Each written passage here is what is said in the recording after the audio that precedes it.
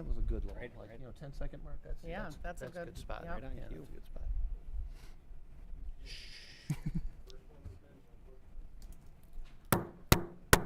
Calling to order the Monday, May 4th, 2026 meeting of the 41st Council of the City of Berkeley. Ms. Mitchell, would you please call the roll? Councilmember Baker, Here. Councilmember Black, After 11 long months, it brings me complete joy to finally say to council, family, friends, residents, here. Nice. Councilmember Elrod, Just plain old here. Mayor Pro Tem Gavin, Here. Councilmember Hennon, Here. Councilmember Pedersen, Here. Mayor Dean. Here. The first order of business is the approval of the agenda. Is there a motion to approve tonight's agenda? So moved? Motion made by Mayor Pro Tem Second. Gavin and seconded by Councilmember Baker. Are there any changes or corrections? Seeing none, Ms. Mitchell, please call the roll. Black, Yes. Elrod, Yes. Gavin, Yes. Hennon, Yes. Patterson, Yes. Baker, Yes. Dean. Yes, the agenda has been approved. So May 4th is International Firefighters Day. And in 2025, 81 firefighters and 115 police officers lost their lives in the line of duty. So far in 2026, 5 firefighters and 36 police officers have made the ultimate sacrifice. So I'd like to just take this moment of silence for these men and women who are in danger every day, all the time, going right into it.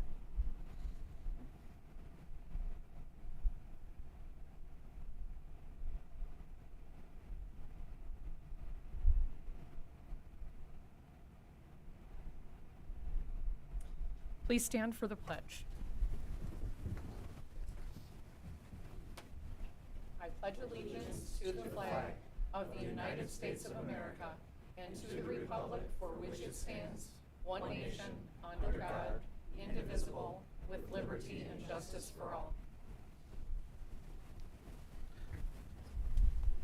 So I'm taking another moment, not a moment of silence, but another moment to welcome back Councilmember Black, who was serving our country in the Middle East for 11 months, as you mentioned. And we're just so happy that you're home, and I'm sure your family's even the most happy that you're home. And we just want to thank you for your service, and it's just great to see you here.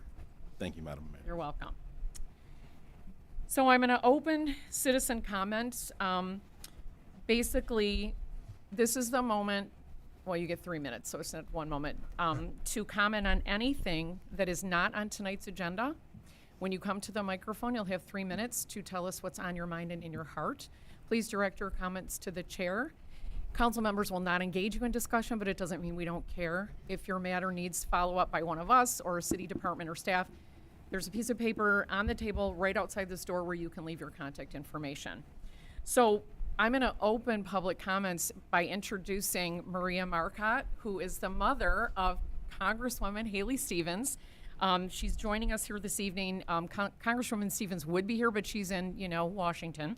So, Ms. Marcotte, would you like to say a few words? Sure. Yeah, please come to the microphone. Yes, it's all official. Thank you, Mayor Dean. Yes, I am here on behalf of Haley. She is, we just love the city. It's our favorite downtown. Secretly, It's not so secret anymore. But, we leave our downtown and come to this downtown. But, in any case, she absolutely admires the work that you're all doing and the city, and it's very valuable. One of the things that she did want me to also join in on is acknowledging Clarence Black and acknowledging him as a hero, and thank him for his service to our country and now his service to this amazing city. It's somebody that she admires. We're friendly. We love his family, and it was very important to her to say this to you all. That's why she sent Mom. So thank you very much. I love it. Thank you so much. Thank you. Any other public comment? Yeah, follow that up. Okay. All right. Seeing none, I will close public comments. Ms. Mitchell, please read the items on tonight's consent agenda. Minutes of the 41st regular city council meeting on Monday, April 20th, 2026. 2, second reading and adoption of the city-initiated rezoning of PRZ-05-26, 2451 Franklin Road from R1AB Single Family Residential District to R1CD Single Family Residential District. 3, second reading and adoption of the city-initiated rezoning of PRZ-06-26 for the rear 33.5 feet of 3170 11 Mile Road from R1CD Single Family Residential District to Flex District. 4, second reading and adoption of the city-initiated rezoning of PRZ-07-26 for the rear 33.5 feet of 3180 11 Mile Road from R1CD Single Family Residential District to Flex District. 5, second reading and adoption of the city-initiated rezoning of PRZ-08-26, parcel 25-16-352-026 to add the parking overlay district.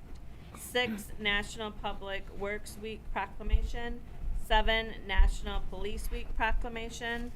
8, Berkley History Month proclamation. Is there a motion? Motion to approve the consent agenda as presented. Motion made by Councilmember Hennan Second. and seconded by Councilmember Black. Any changes or corrections? Seeing none, Ms. Mitchell, please call the roll. Elrod, Yes. Gavin, Yes. Hennan, Yes. Patterson, Yes. Baker, Yes. Black, Yes. Dean. Yes, the consent agenda has passed. Ms. Mitchell, please read item number 1 on tonight's regular agenda. Recognitions or presentations from the consent agenda. I've asked Councilmember Elrod to read National Public Works Proclamation, Works Week Proclamation. Thank you, Your Honor. It's my pleasure. The type is very small, though. A proclamation of the Council of the City of Berkley, Michigan, declaring the week of Sunday, May 17th through Saturday, May 23rd, 2026 as National Public Works Week. Whereas public works professionals focus on infrastructure, facilities, and services that are of vital importance to sustainable and resilient communities and to public health, high quality of life, and well-being of the people in Berkeley. And whereas these infrastructure, facilities, and services could not be provided without the dedicated efforts of public works professionals who are engineers, managers, and employees at all levels of government and the private sector who are responsible for rebuilding, improving, and protecting our nation's transportation, water supply, water treatment, and solid waste systems, public buildings, and other structures and facilities essential for our citizens.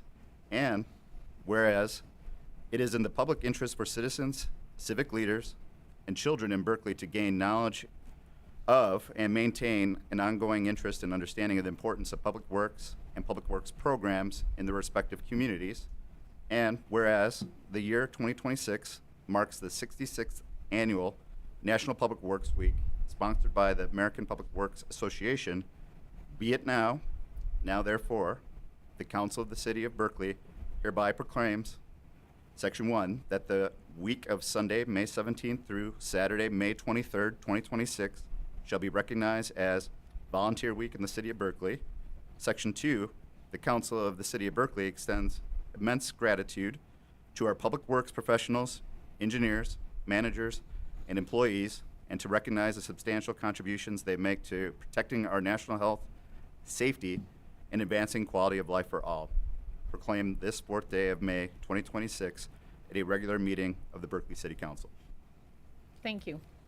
I've asked Councilmember Black to read the National Police Week Proclamation. Thank you, Madam Mayor. A proclamation of the Council of the City of Berkeley, Michigan, proclaiming May 10th through 16th, 2026 as National Police Week. Whereas there are more than 800,000 law enforcement officers serving in communities across the United States, including the dedicated members of the Berkeley Public Safety Department. And whereas since the first recorded death in 1786, more than 24,000 law enforcement officers in the United States have made the ultimate sacrifice and been killed in the line of duty. And whereas the members of the law enforcement agency of the City of Berkeley play an essential role in safeguarding the rights and freedoms of the City of Berkeley. And whereas the dedication, professionalism, and commitment of law enforcement officers often go above and beyond the call of duty involving personal sacrifice and courage. And whereas the work of law enforcement officers extends beyond traditional policing roles to include community outreach, education, and building relationships with citizens to foster trust and collaboration. And whereas the men and women of the City of Berkeley Public Safety Department unceasingly provide this vital public service. And whereas it is important that all citizens know and understand the duties, responsibilities, hazards, and sacrifices of their law enforcement agency, and that members of our law enforcement agency recognize their duty to serve the people by safeguarding life and property, by protecting them against violence and disorder, and by protecting the innocent against deception and the weak against oppression. And now, therefore, the City of Berkeley hereby proclaims, Section 1, that the week of May 10 through 16, 2026, is hereby recognized as National Police Week in the City of Berkeley, and publicly we salute the service of law enforcement officers in our community and in communities across the nation. Proclaim this 4th day of May 2026 at a regular meeting of the City of Berkeley, Michigan, signed Bridget Dean, Mayor. Thank you. And I know we have some men and women from our public safety department here, and we're so grateful for your service. And thank you so much for what all you do every day.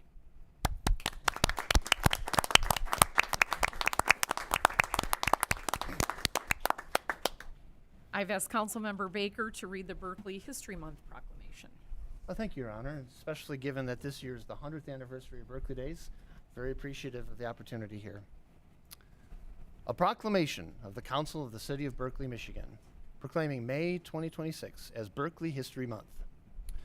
Whereas in 1819, the first settlers arrived in what is now Oakland County, and in 1825, a 4-day steamboat service between Detroit and Buffalo established many settlers and allowed them to shorten their journey west as they made their way from New York and New Jersey. Travelers were greeted at Red Tavern, owned by Mother Handsome at Woodward and Columbia. John Benjamin made his journey from New York and purchased 80 acres of land and built a barn on the site where Roseland Cemetery now sits.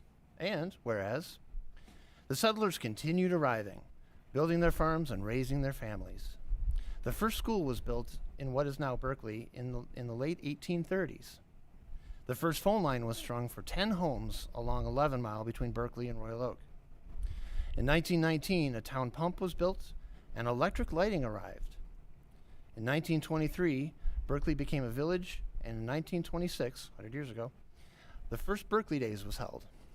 And whereas on May 23rd, 1932, during the Great Depression, and with just under 6,000 residents, the village of Berkeley became a city with a mayor, 6 commissioners, a city clerk, treasurer, assessor, judge, and constable.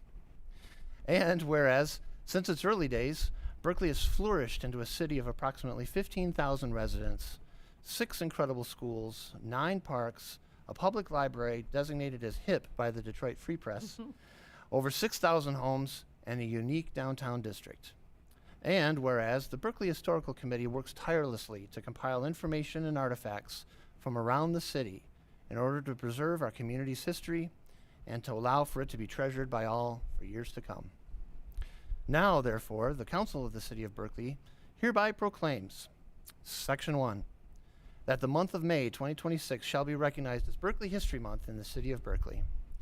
Section 2, the City Council urges those who are familiar with stories and legends of the early days in Berkeley to please share their accounts and photos with the Historical Committee, and further encourages every citizen to become acquainted with the city's rich and interesting history. Proclaim this 4th day of May 2026 at a regular meeting of the Berkeley City Council. Signed, Bridget Dean, Mayor. Thank you. Thank you. Ms. Mitchell, will you please read item 2 on tonight's regular agenda? Contract for strategic real estate services from Plant Moran. Ms. Van Vleck, or are we going right? We can go right to Ms. Kaplan. Ms. Kaplansky. Good evening, council members. I am going to just give you a really brief overview, and then our proposed consultant, Plant Moran, has a short presentation for you as well. So if you'll recall, over the past year, there's been a number of items that have come before council, and council has approved moving forward with, all to assess the current conditions of city buildings, to get an appraisal for our city Hall property, and then also a space study to determine how much space is really needed for the various city departments. This is kind of the next step in that process because those assessments showed that City Hall and the community center properties and facilities needed some additional analysis before we can determine what's the next best course of action for those particular properties. So, as the next step, staff posted an RFP for strategic real estate services to continue that analysis. And that's centered on the future of City Hall, and it also includes a detailed evaluation of current and projected space requirements for the community center as well. Another piece that was recently undertaken, you'll recall, is also the Parks and Rec Master Plan. So all of these pieces are kind of fitting together, and we're proposing the next step with this action this evening. We received one proposal back from Plant Moran, and we are recommending that council move forward with that proposal. It would start with a review of the existing work products that I'd already referenced, which were the space needs assessment, the appraisal, and the building conditions assessment. And it would also include detailed space planning for the community center, the highest and best use analysis of high-value parcels, including the City Hall property, and then capital planning analyses to match public capital needs with funding sources. The final deliverable would include a feasibility report with recommendations, scenario options, support, and most importantly, a clear roadmap for implementation. So I will now turn it over to Plant Moran to give you their brief presentation, and I am available for any questions as well. Thank you. Thank you. Good evening, council. First and foremost, thanks for some time on your agenda. I understand you have a rather healthy agenda this evening. We'll do our best. That's one way to put it, yeah. We'll do our best to find the balance between efficiency and thoroughness for you this evening in our presentation. My name is Andy Fountain. I'm a principal with Plant Moran Real Point. Been with the firm for about 10 years. I run the government practice. And tonight we're here to talk to you about your proposal for strategic real estate services. Just a quick overview of Plant Moran Real Point. You may have heard of Plant Moran, but maybe not Plant Moran Real Point. We are the full-service real estate and capital development consulting group within the Plant Moran family of companies. We have approximately 150 staff members. We're comprised of architects, engineers, real estate attorneys, pretty much anybody and everybody that you need to think through an opportunity that you have here at the City of Berkeley and formulate strategies, solutions to ultimately help you achieve your goals. As I mentioned, we've got approximately 150 practices. Actually, I think that number is more like 160 now. We've experienced tremendous growth over the last decade, and we're very excited at the opportunity to serve you all here in the City of Berkeley. Just a couple examples of other clients that we've served here in Southeast Michigan and beyond. I think most of those should look rather familiar to you. You know, we brought these examples forward because I think they kind of best align with the experience that we had with other clients, and we think that we can lend off of what we learned in serving those clients to better serve you here in the City of Berkeley. And we have just a couple other government clients, expanding beyond Southeast Michigan for your reference. I won't spend too much time walking through each one, but again, thank you again for your time. We do have a slide here to talk a little bit about our team, but I'm going to actually hand that off to Todd Fenton to talk to you about taking a little bit deeper look at what our approach will be in serving you all. Todd will serve as the main point of contact. I'll serve kind of as his backup, and then we have some other folks that will be part of the team as well, and I'll let Todd walk you through that. So thank you again. Thank you, Andy, and thank you again for having us here tonight. So in evaluating the proposal that was issued, we knew very, very concretely that you are focused primarily on City Hall and the community center. That doesn't mean that we're not going to take a look at all of the work product to date, especially if we're trying to analyze various different scenarios and different options that the city could pursue. To that end, I will be the chief point of contact with Real Point for this project. We do have Alicia Wachowski, who is a principal with our firm, that specializes in reviewing space utilization facility condition assessments. Robert Stempian, who works with a lot of the community centers, the newer ones in the area. He actually just worked with the Hawk in the Farmington sales. And then Doug Smith, who works primarily on the commercial side of the firm, but specializes in highest and best use and testing the market for other development opportunities. So I think we have a really, really great firm. As Andy had said, we've got 150 people with the firm. We're 10 minutes away. We can tap into a wealth of resources, not only within Real Point, but within Plant Moran itself. I double checked that we're 5 minutes away. 5 minutes. It took me a little longer in rush hour to get here. But, so we run the gamut from A to Z: real estate consulting, real estate transaction marketing, actual owner's representation, and a lot of what we're talking about today is in that first bucket within real estate consulting. Should we identify other parcels, that's where we can actually tap into the power of Real Point and individuals involved. I'm going to go right into specifically the city of Berkeley. And so in reviewing your proposal, we looked at, there's really 3 different buckets of questions to solve. There's the strategic, there's the physical, and there's the economic. And luckily, a lot of that, the strategic work has been completed by the city. And we're going to evaluate that, look for areas that may need to be supplemented in some ways. But primarily, we're going to be focusing on City Hall. And these are really the key questions that we're going to be going through as we review your work product. Space needs. Is this facility, this community center, are they capable of fulfilling the needs of your residents today and in the future? We're just going to continue to be looking forward. We're not replacing a building. We're renovating a building. We're trying operationally to look at where the city thinks it's going within the next 15, 20 years. These are assets that will be on your books for a while. These aren't short-term solutions. Community needs.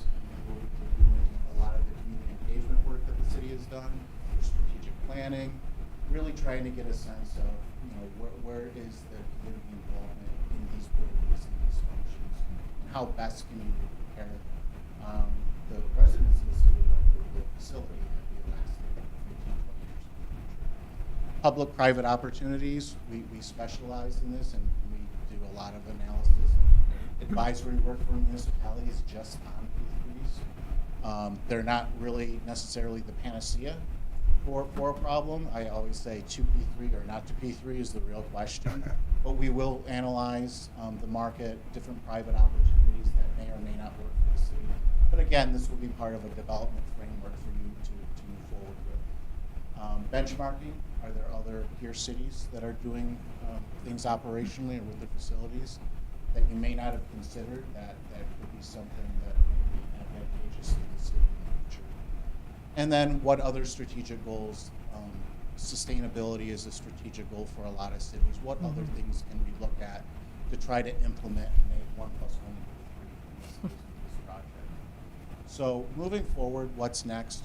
We'll be reviewing a lot of data with the city manager, Kristen's team. But really, I like the questions that are here. It's really that simple. What do you have? What do you need? What can you do with what you have and leverage value? And how to fund it. And at the end of this, we've got a 9-month timeline allocated for this process. But at the end of it, we'll have a development path forward in terms of here's where you are, here are options for where you can position City Hall and or community center and or both. I don't know. We haven't gotten into that analysis yet. But we do this work for a lot of clients. It's the most important part of the due diligence when you're considering major capital expenses to improve or build new facilities, is doing that due diligence. And I applaud you for taking that first step today. We often get called once the plane is gotten into the air and they're missing a wing. So this is a better path forward. We appreciate it, and we're here to take any questions that we have at this time. Thank you. Is there a motion? Madam Mayor, I make a motion to approve the proposal for strategic real estate services between the City of Berkeley and Plant Moran, and to authorize the city manager and city attorney to negotiate the terms of the contract, and authorize the city manager to execute the final contract. Thank you. Motion to approve was made by Councilmember Baker Second. and seconded by Councilmember Patterson. Okay, questions, comments from council? I have just one question. Yeah. What is the community involvement? You said you'll be working with the team, but what about our citizens? We're not actively going to be doing community engagement as part Okay. of this, but we will be reviewing what community engagement you have done, especially vis-a-vis the facilities that you have. Perfect. What the community has expressed as either items that they'd like to see, what's working, what's not, that sort of thing. Perfect. Thank you. And I can expand on that a little bit. Internally, we've talked about taking the next step for engagement with the community around what we want from the community center space. So while Plant Moran won't necessarily be doing that, we're going to be doing that internally, and then they will use that to help inform what they're providing us. Thank you. Any other? Councilmember Hennon. For city manager, so is that, we've been discussing about doing community engagement survey, is that what we're talking about, and the timelines here overlap, and this could potentially feed into that? It or is could, yeah. So we, I think what Councilmember Hennon is speaking of is we're going to be doing a statistically valid survey. It's part of the budget tonight, and that's part of our larger strategic plan, which would be facilitated and would include that type of survey. And these two will be running, these two studies will be running concurrent together, so I could see that informing, yes. Okay. Councilmember Black. Yeah, and I think this is more of a Kristen question. So, Kristen, for people at home, right, who might not understand the phrase strategic real estate services, they're just going to look and say, "Oh, you all are buying a service." If you could, in the simplest comment possible, can you explain to people at home exactly what we're doing and why we need to do this? Sure. So, I had mentioned before that we've had the City Hall property and some associated properties appraised. We've looked at the different departments and what their space needs are, so how much space does your department need to function? We've also looked at how are the buildings working and what are the future maintenance costs of each of our buildings as we move forward. And the big red flag for us was that the City Hall building and the maintenance costs that are associated with continuing and maintaining even the status that it's in now really exceed the value of the building.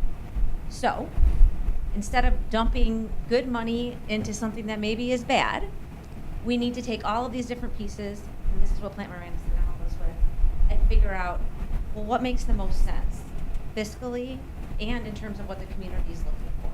So it's really just taking all of those and saying, what's the next step? Because we don't want to just be shooting, darts at a board. We want to make sure we're doing it with a plan of how to move forward and best use the community's capital. I think people at home are going to understand that. Thank you. Councilmember Elrod. And for the people at home, I do want to stress one thing before we vote.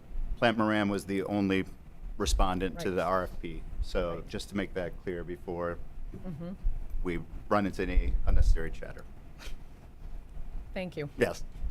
Well, I want to thank Director Kaplansky, the city manager, city attorney, and Plant Moran for being so diligent and thorough with your proposal. And to, I can go back and say we started with the facilities assessment, right? And we looked at all of our buildings and all of the places. And to Director Kaplansky's point, what are the costs associated? So that was the first thing. And then the space utilization piece is there. And so this to me just dovetails into the next thing, giving us a full picture of what we are actually dealing with. Because it's honestly, I thought the community center was the worst conditioned building in our city, and it's not. It's City Hall right here where we're standing and sitting. So I think that, everyone can have an opinion or think, oh, I think this or I think that, but this will truly pinpoint and define, here are these areas, and now here are the options of what you can do, your choice moving forward. And I think that this is critical information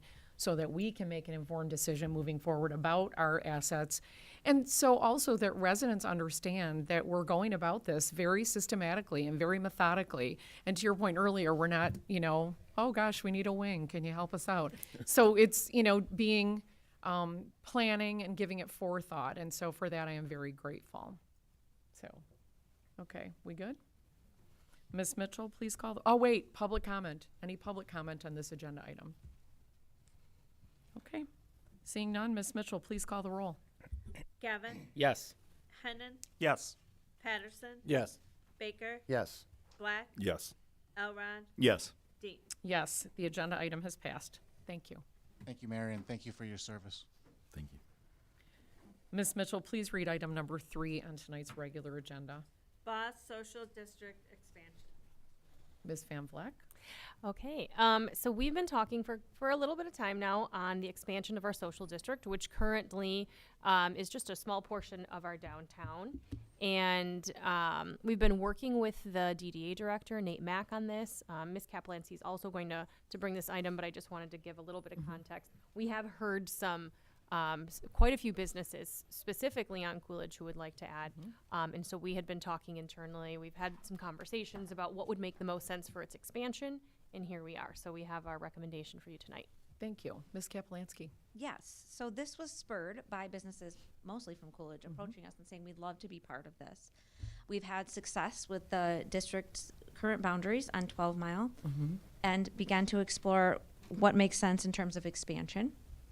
What you'll see in the packet this evening is the proposal covers most of the DDA district with one exception. So this would expand the district from its current location, which is about half-ish of 12 Mile, over the current DDA boundaries, and it would go all the way down 12 Mile, and then we'd also go halfway about down Coolidge, and then when we get to the school property, the from Catalpa to 11 Mile, that side of the street would be excluded to make sure that we're not interfering with the school district's property and boundaries and things like that. So we're proposing that that portion be excluded. But otherwise, it's going to cover most of the DDA. There are 5 restaurants who have currently said that they're interested in joining. Nate and I met with them and kind of went over the specifics. As far as what we have to actually amend, it's a pretty easy amendment. We're just updating the map and then updating the boundaries listed in the maintenance and operations plan. That gets sent over to the MLCC. They give us the okay, and then we can work with the businesses on getting their individual approvals and rolling that out. Great. Thank you. Is there a motion? Oh, okay, thank you. I appreciate that. I'd like to make a motion, please. Motion to approve the resolution to expand the social district boundaries to coincide with the DDA district boundaries with the commons area designated as shown in the shaded area on the map included in the agenda packet. Motion to approve was made by Councilmember Baker Second. and seconded by Councilmember Patterson. Discussion from council. I just have one question. So if we're excluding the east side of Coolidge, the west side, they could still, so they would how would you police that logistically? So there'll be signs at the Okay. boundaries, which are required, that say no alcohol beyond this point. It'll have the little logo for the social district. Like an arrow maybe, or this side only, or? We talked with the Department of Public Works about the best places to put the signage. Okay. And I think we've come up with a plan where it'll be a clear delineation, because it will say no alcohol beyond this point, end of the bus social district, kind of like what we do now. So if you notice the signs when you go down 12 Mile, that's the main corridor of the district. But down each of the side streets, Robina in particular is a good example, you'll see that there is a sign right at the end of the municipal parking there that says no alcohol beyond this point. So it would be a similar setup. Okay. We can adjust signs if we need to. The main idea was to make sure to not have people sitting with their drinks in the students' Right. art plaza area, kind of walking by the high school. So that's why we cut it off there. But I think we can clearly delineate. Perfect. Thank you. Any other questions? Councilmember Baker? Thank you, Your Honor. And thank you for bringing this and helping shepherd this process along. Having been at those DDA meetings, I can vouch for the thoroughness with which they've considered this and the care with which they expressed the need for that carve out. For all the right reasons, I'll certainly be supporting this tonight. Thank you. And Nate has really taken the lead on this. I'm just here before you this evening, but he's really spearheaded the expansion. Done a great job. Thank you. Yeah. Councilmember Henry? On the map, there is different shade of green at the extremes. What is that showing, or is that showing anything? Is that it's just all the commons area? So the commons area needs to be delineated for the MLCC. It's really meant to be the area where people are supposed to congregate with their drinks, although they can carry them through any part of the social district. Is that the answer your question, Councilmember Hennan? Are you talking about the light? Yeah, So there's there's not light- a, there's there's light- light green and there's nothing on the ends of legend. the district. Yeah. Yeah, I can expand on that. Okay, yes. There is, Nate actually gave us a Nate taught us a lot, because Nate had done this in South Lyon as well. And so the darker area is the commons area, which Ms. Kamplanski said, that's where you can take your alcohol, and that's where the signs will be positioned. The light green is the actual district. We kind of just scooted it in because there weren't currently any businesses on those ends, but it makes it this way makes it very easy to just expand the commons area within the current approved map, if we wanted to. Makes sense. Thank you. And I'll also just observe that City Hall is now within the district. We could have much more interesting council meetings. Oh boy. Did you have some? No, that was too good. Yeah. I do have a question. If someone in the expanded area wanted to become part of this, after, would it be difficult to add them? Or, No. so someone could say, oh gosh, I didn't realize this, I want in. Yes, they could, and we've done that a few times. We Okay. did that with Slows. We've done that with the Berkley Theater. Okay. It's really just a quick trip here to you all to make sure that you're okay with that. We did, though, reach out to all of the businesses that would be eligible. So we've either gotten a yay or nay from them, and then if there's anyone that happened to open after the fact, Okay. we can plug. Okay, thank you so much. Appreciate your work on this. Any public comment on this agenda item? Seeing none, Ms. Mitchell, please call the roll. Hennan, Yes. Patterson, Yes. Baker, Yes. Black, Yes. Elrod, Yes. Gavin, Yes. Dean. Yes, the agenda item has passed. Ms. Mitchell, please read item number 4. Award the contract for the Bacon Avenue Water Main and Road Reconstruction Project to Eminent Excavating LLC. Ms. Van Vleck? Would you like to add some color here? I think Mr. Young will add all of the Okay. color, but this has been a long, right? This project has been coming for quite some time now, so I think we're pretty excited. And Sean has some good news as well, so I'll pass it on to Thank you. our Deputy City Manager, Sean Young. Sean, before you start, will you please move the microphone up? Up higher? There. Yeah, we've been instructed, and I just remembered now, so, thank you. So as excited as everybody else in the room is for this project, I'm really excited. This has been years worth of planning. know. We've had delays, hurdles, engineering changes, city manager changes. It's time to Finance move, change. finally. One good thing with this, with engineering changes, made us take another look. So we dug a little deeper. What are our costs? If you recall, we had actually an amendment to the proposal to do a little more geotechnical survey work. What we found is we could use more base stabilization instead of removing, replacing base. Oh. Which brought the cost significantly down. Nice. So we're under our budgeted cost, which is great because it's way under what we originally anticipated.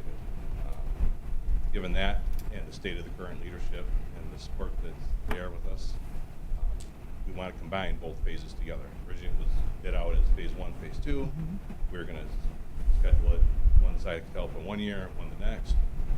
This we're going to lump it all together, do the mile stretch. Everything's new. We'll have to spread the pain, and we'll be thin. I mean, it's a big project. But putting them together, getting it all done at one time, I think it's the best way to do it. The scope of the project is total replacement of the road, sidewalks, driveway approaches, water main, all the public side water services, along with any lead or galvanized or questionable water services on the private side. There's going to be some stormwater improvements. You're going to see some more curb, typical on other streets, some more curbs, restricted basins, hold a little more water on the road, and hopefully get out of the basements. Some fun stuff it's going to add. We're going to get some additional parking out in front of DPW for the public, and maybe some staff parking spots. Utilize that space. Then at Oxford Park, all that off-street parking on Bacon will get replaced, and there's some landscape improvements there, along with some new seating. A lot of it's going to be a staging area, so it's going to get torn up anyway, so now's the time to go at appropriate for the project.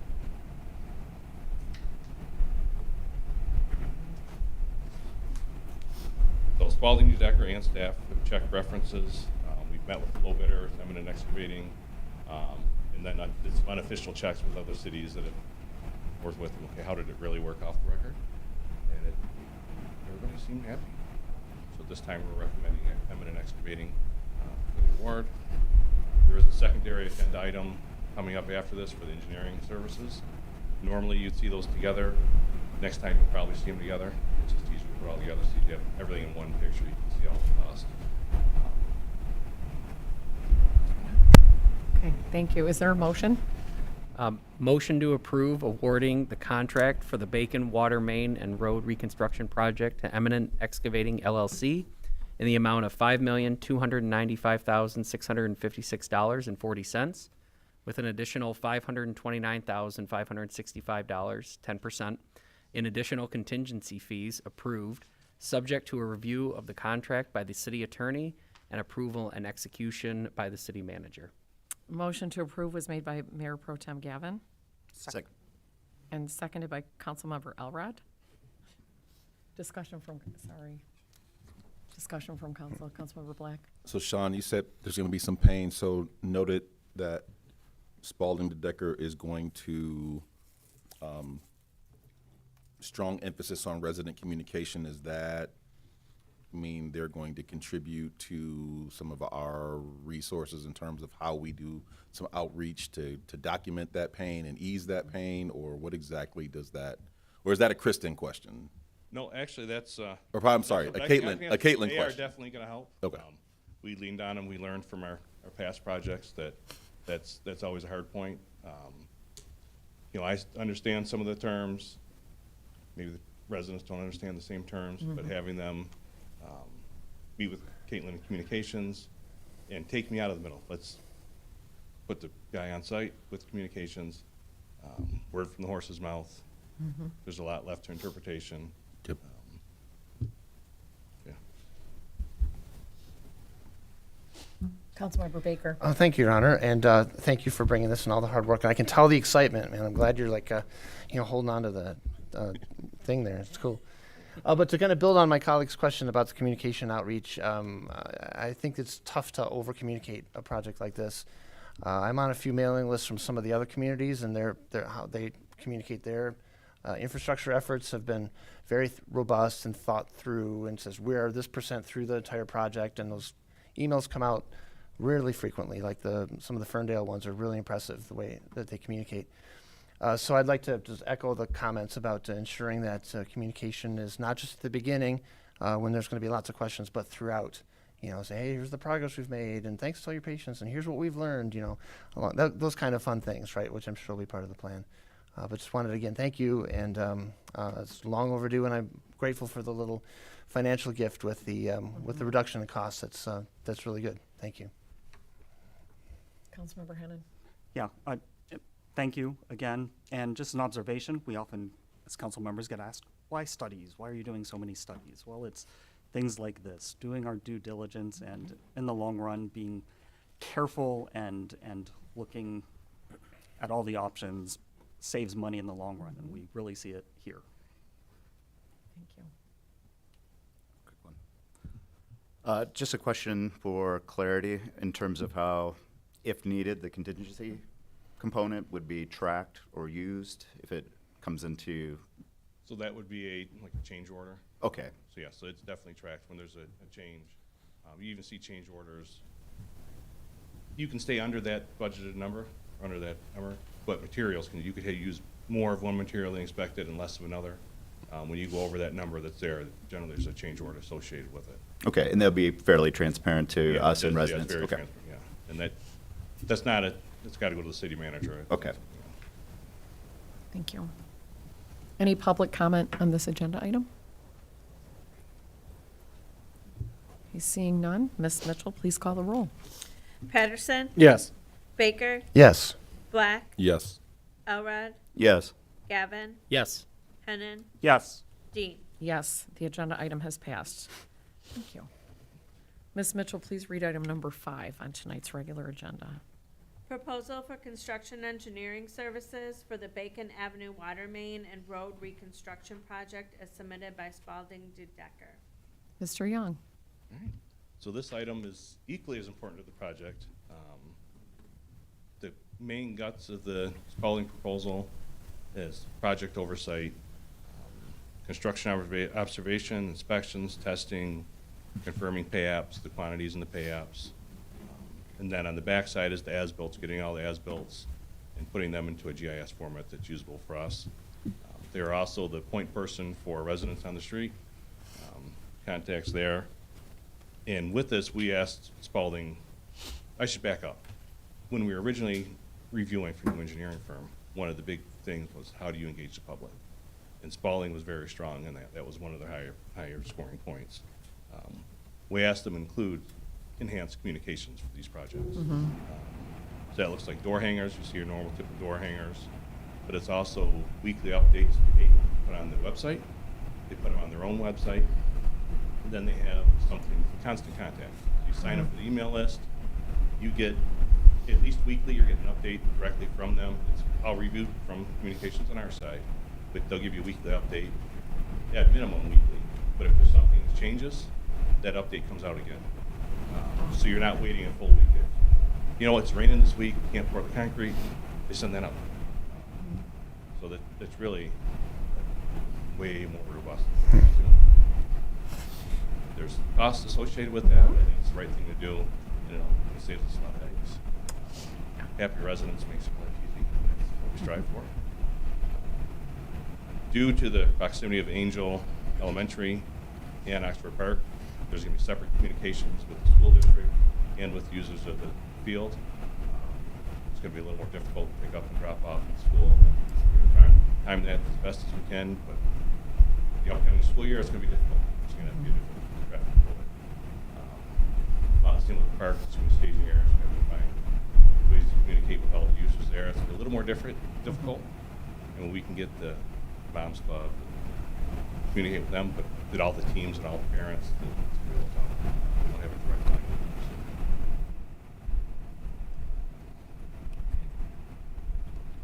Is there a motion? Motion to approve the proposal for construction engineering services as they relate to the Bacon Avenue water main and road reconstruction project as submitted by Spalding D. Decker with a not to exceed amount of $748,703. Second. Motion to approve was made by Councilmember Hennan and seconded by Councilmember Black. Any questions or discussion from Councilmember Baker? Thank you, Your Honor. Thank you for this additional dialogue about the communications outreach. I think that's great.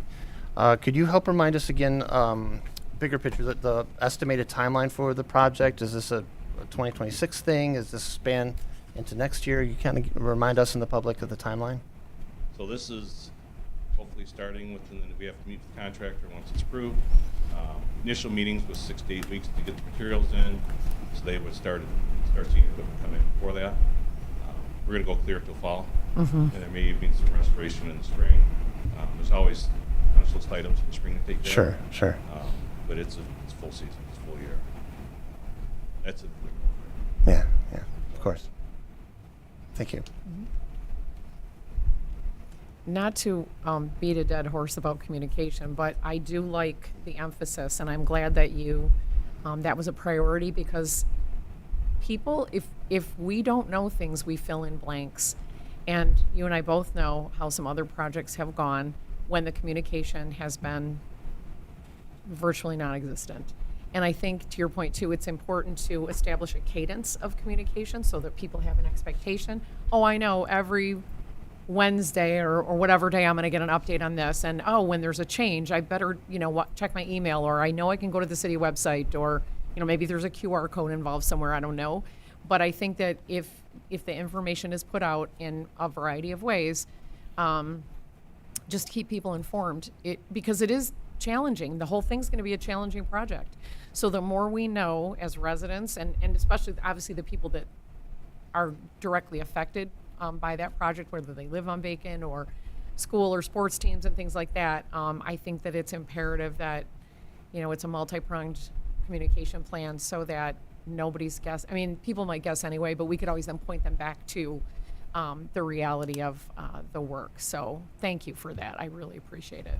You did mention QR codes. There has been a sign at a lot of the corners with QR codes. We asked residents, we'll put up some new ones. They've been up for almost 2 years now. Okay, But anybody that signed up will automatically be added to constant contact. Great. Following the list. Any residents that haven't, you just go on down, scan the QR code, sign up. That'll make sure you're on the contact list. You also get notices, flyers. As the project's starting, it'll tell you the same thing, how to sign up. But it's available to everybody else. will there be a meeting, like, I remember at one point before a road project, there was a meeting of residents, like via Zoom, but just so that they understand the scope of the project and do a little sort of verbal walkthrough. Is that planned? We did that, it's been a few months ago at the community center. Okay, Town perfect. Hall Community Center, and there was not as many residents as I'd like to see, but Okay, but we put it out there. Yeah, and we can point to that as like, well, there was this, and now we have these, communication methods. So, okay, thank you. Appreciate it. Any other discussion from council? Public comment on this agenda item? Seeing none, Ms. Mitchell, please call the roll. Baker, Yes. Black, Yes. Elrod, Yes. Gavin, Yes. Hennan, Yes. Patterson, Yes. Dean. Yes, the agenda item has passed. Ms. Mitchell, please read item number 6 on tonight's regular agenda. Quarter ended March 31st, 2026 budget to actual report. Are we going right to Mr. Johnson? Yes, Mr. Johnson will not leave that podium for a while. We have 3 of our quarterly reports before we get into our budget presentation. Thank you. Mr. Johnson. Well, I'm not sad. You guys just ruined number 6 here. You spent $6 million in the last 2 minutes. I was about to say we're in great shape and we have all kinds of money. No, just kidding. But just to address the Bacon Avenue real quick, it's amazing when we do things together as a team. So like this just doesn't happen overnight. It was when I first got here, half a bacon in one year, half a bacon the next year. So why are we doing that? Let's combine the two, figure out a way to combine the two so that we get a better price and minimize the disruption, all of that kind of stuff. So that took place. How are we going to finance it? So again, water and sewer, we took that hiatus in water and sewer and infrastructure and roads, and we're able to consolidate it all together. Again, it's a $6.6 million project we have budgeted for. And then a lot of beating by Sean on the bidders, et cetera, so that we got it within that amount, because as you know, inflation and costs are really high. So a lot of work went into that, and like I say, the result is outstanding. Now we just have to execute, and like I say, I keep saying, when's this going to start as well? And it's supposed to start very quickly and go on for months or whatever. So again, you'll see we budgeted half of it this year. That'll get rolled over to next year. That'll come before you, et cetera. But again, exciting project, well, needed, and we only got about another 50 million worth of water lines to go through. So I don't want to spend too much time on these the next 3 reports. These are just the standard quarterly reports. The first one is the budget to action report. So we've started the new memo. Look at you guys go there. So the overview of the general fund, our general operating fund, you can see there our budgeted revenues are about $16.5 million. So as of the last quarter, so our December 31st quarter, our expenditures were at 17.5. Holy smokes, why is that so much higher? If you recall, we did that amendment, our last amendment, we incorporated the wall. We contributed another $220,000 from the surplus from the previous fiscal year, increased it into our public improvement fund. A couple of the studies were in there as well. So all of that was planned. So those are our planned expenditures, and where we are right now is 86% on the revenue side. Again, it's higher than the 75%. We should be 3/4 of the way through the year, a little higher than that, because we get all our property taxes up front. And on the other side of it, our state revenue sharing lags a couple months. We don't get 1/6 of it until after our fiscal year is over, et cetera. But our revenues are in great shape, as well as our expenditures. And really the stuff to highlight is the next agenda item, which is our budget amendment. But all in all, there's really not a whole lot to talk about in the general fund we are on. If you recall, last year we were doing great with our self-insurance costs. We were significantly under. We're not significantly under anymore. The insurance companies took care of that. But we are on track, with where we have budgeted, so that's actually good news, but no huge savings anywhere. We seem to be right on track in our general operating fund. And then on the infrastructure and the water, sewer, and the road funds, again, you'll see in the narratives of, hey, we're doing much better than we thought we were. Well, that's because obviously our major project is just getting that going. So that's why you see favorable variances there. The last and one of the most important funds is our water and sewer fund. So how are we doing there? Budgeted $10.4 million in revenues, budgeted expense $9.9 million. We're at 66% on our revenues to date. Again, we should be at 75. A couple things, there is a lot of seasonality in the water and sewer fund. So this last quarter was winter, not a whole lot of grass watering and all that kind of good stuff going on that time. Our spring quarter is usually quite strong, and so that factors into that, as well as some of our year-end accruals. When the rates go up, we have to do a cutoff at the end of each year, and so last year's rates were lower than this coming year's rates, et cetera. So you usually see a larger dip in that fourth quarter. So 66%, we're just slightly below where I thought we were going to be, but we're not too far off of that. And on the expenditure side, holy smokes, we're only at 50%. Again, most of that is capital related. We have $3 to $4 million with the capital plan there. All in all, we're right on track with our cost of sewer, our purchases of water, storm water. All of that is on track. The big expenditures in there. So obviously the water line breaks take a toll on it, but they're within budget as of right now as well. So hopefully there's no more of those ever again until fall.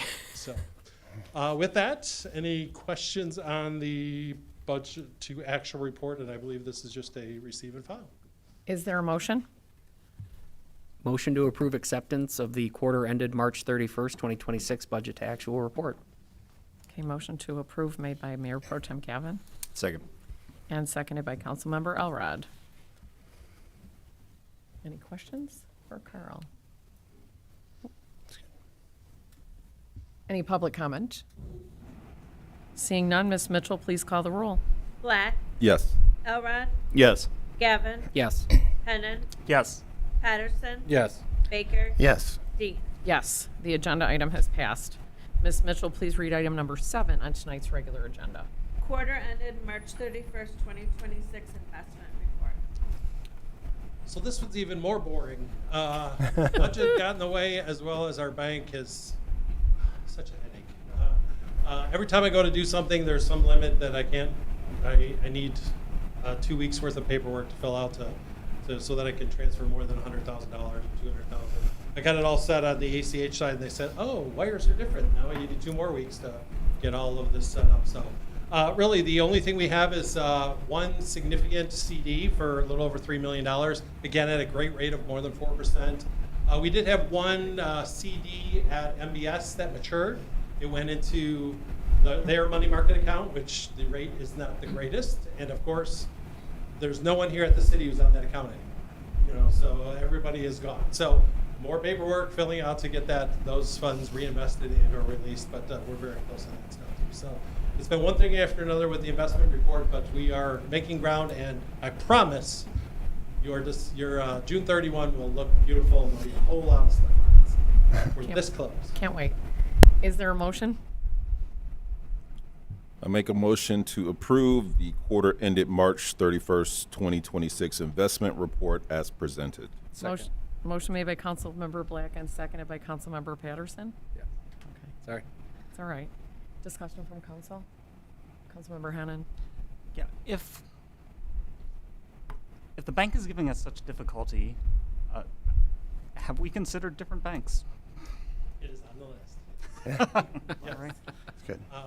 Again, banks tend to not be the greatest at customer service, but this one, there's other restrictions that are really hampering the way we're doing things. So yes, I believe there's a better mousetrap, and we haven't been able to find it with them. So I think in the near future, you will see an RFP for banking services. Councilmember Elrod? So a resident wouldn't have to dig through a lot of paperwork. Could you explain the CD that matured, how much that rate dropped, knowing you're well on your way to fixing it? Oh, sure. The one CD that matured we put $3 million in initially, and it matured at $3,030,000, and then the money market, the MBS one. Yes, the MBS one. It's about $250,000. So when it matures, it goes into cash. Okay. Unless there's standing orders to wire it back to your bank.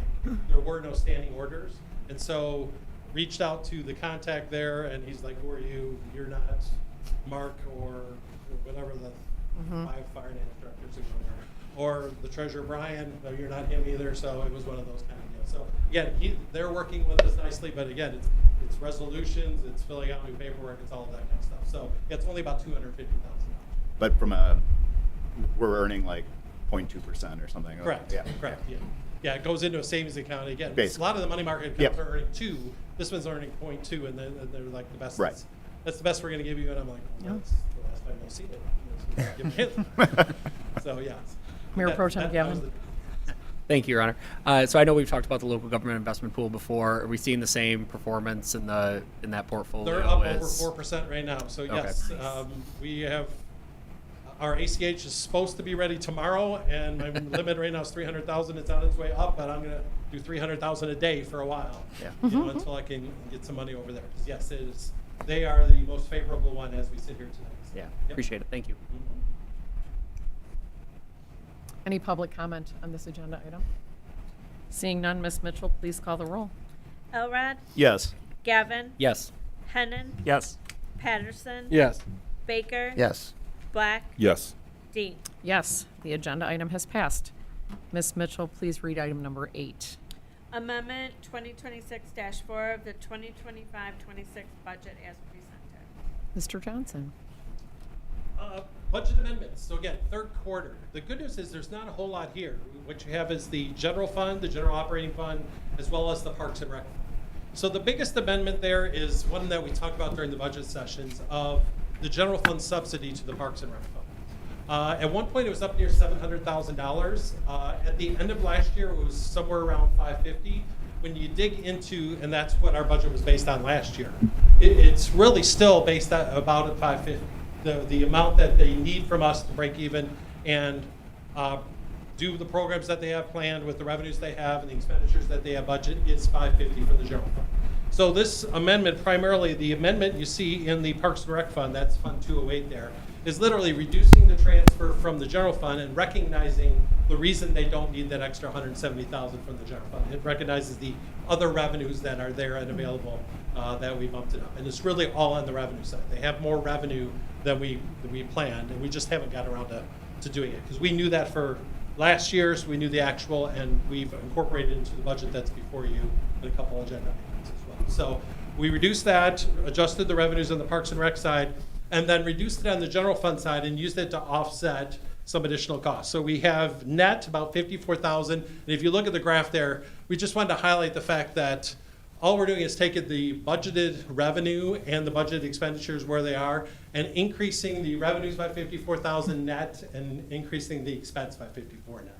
So I always love to come before you with a net or a positive because in a budget of our size, it's really hard to be exact. But the goal is to live within our budgets, live within our means, adjust our revenues up, adjust our expenditures to the extent we have them, et cetera. Some of the biggest items, if you recall, our winter was not the greatest around here. All that time, salting and plowing, et cetera, that's DPW time that we ultimately get to charge to streets. So our DPW costs are up.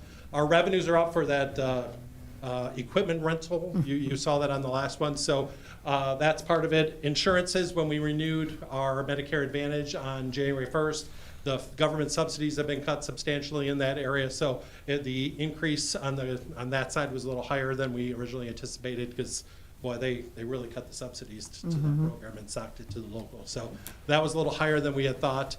But all in all, vehicle, I think we did the maintenance costs at City Hall, as we touched on earlier, those were up, as well as maintenance costs at DPW as well on their building as well. So a lot of just nickels and dimes. To the extent we had the revenue, that's what we used to offset these overages, just to keep us in line. So not a whole lot of exciting stuff here, but this just keeps us there. The final budget amendment, that's the one where we want not a single line item over budget. And so that will be the second meeting in June where it'll be a little more substantial, but still the hope is still just a net zero and housekeeping and actually let's go surplus. As long as John doesn't come up here anymore. So that's the Carl talking fast summary. All right, it works. Is there a motion? Yes.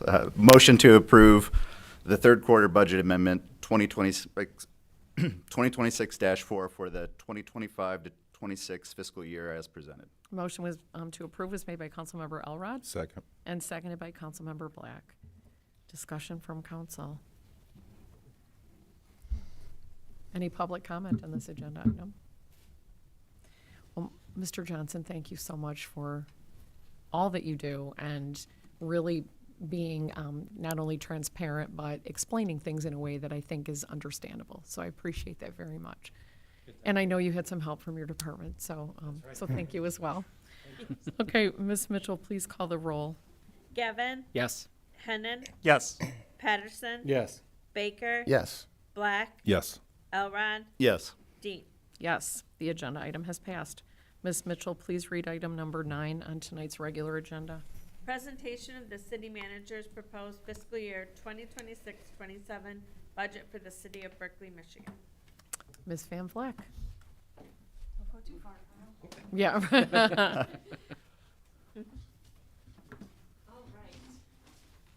I told Carl we'd be very careful about the mic so that everybody can hear us, so you'll just see us Yes, doing this consistently. the microphone dance. And Seraphine, don't feel bad about telling us if we come knock us if you need to hear us better. Lori's usually in the back letting us know. She'll send a picture of a mic. That'll do it. Yes. Okay, so I think Carl and I are both excited to be up here tonight. It's been a long couple of months putting the budget together. This is our second one together and with the team. And I think it's most appropriate to start off by thanking staff. It's been, I think, a transformational year.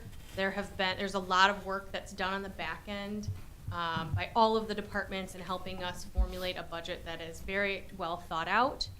Carl mentioned earlier just the way that we work together and work on projects, and we're trying to bring more just of that camaraderie and working together on things.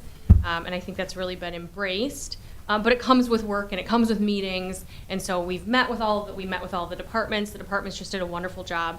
It can be a heavy lift, especially when we talk about the CIP. We started this before the calendar year even, started quite a bit earlier this year, and I think that can be a heavy lift on its own, because that means for people that they have to get their numbers together and they want them to be accurate. They really have to think through things, and they do that. And so just a huge thank you to staff. The finance team especially, we now have Ryan Shaw as well. We're very happy to have him. And of course, happy to have Carl here.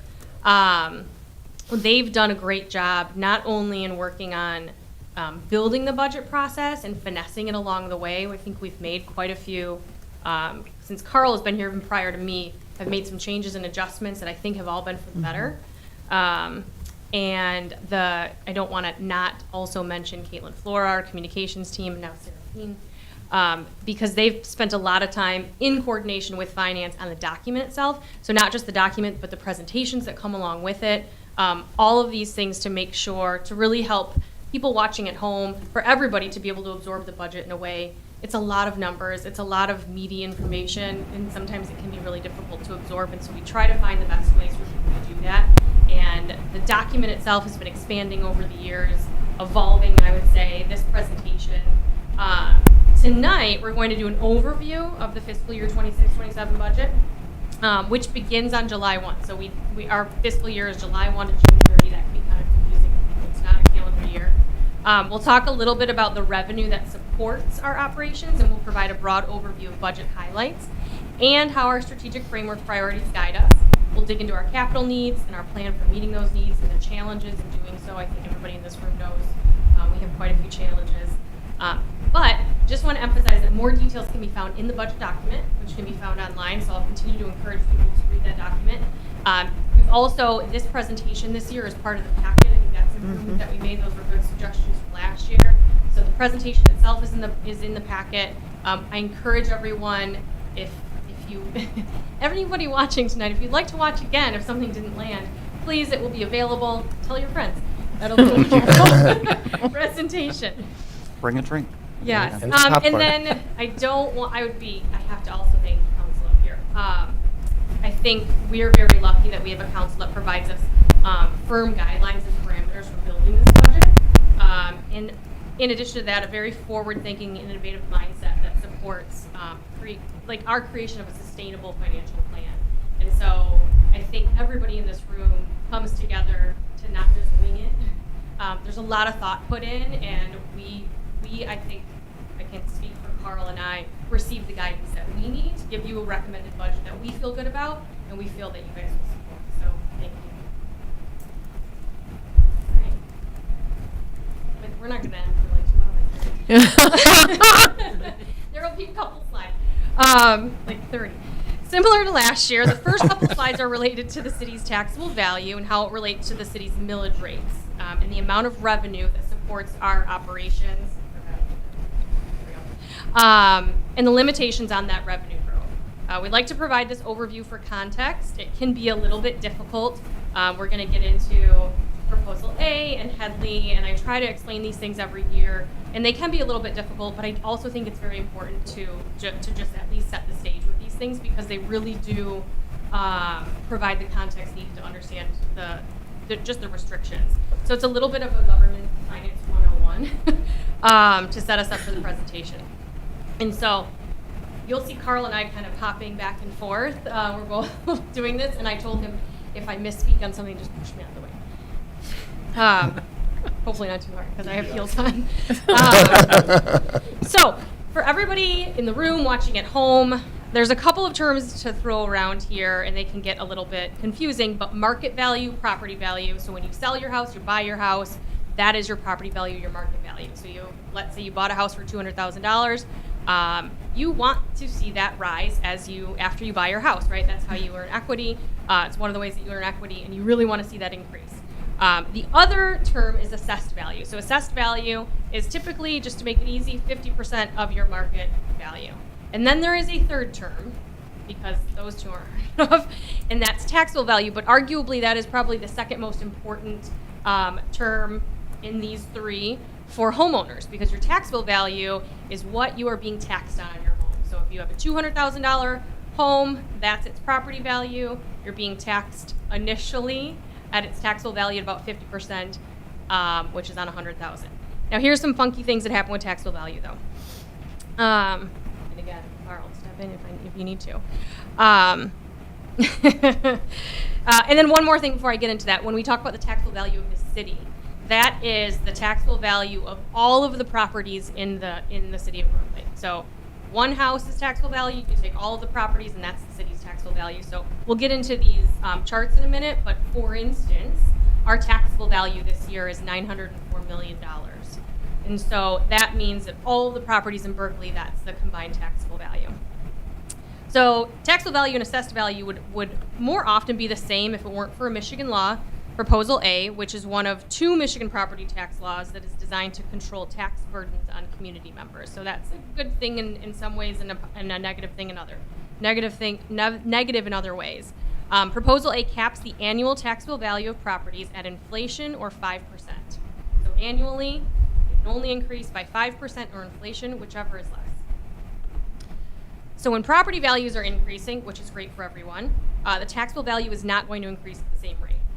So your property values might spike up, and that is wonderful, but your taxable value is only ever going to increase by inflation or 5%.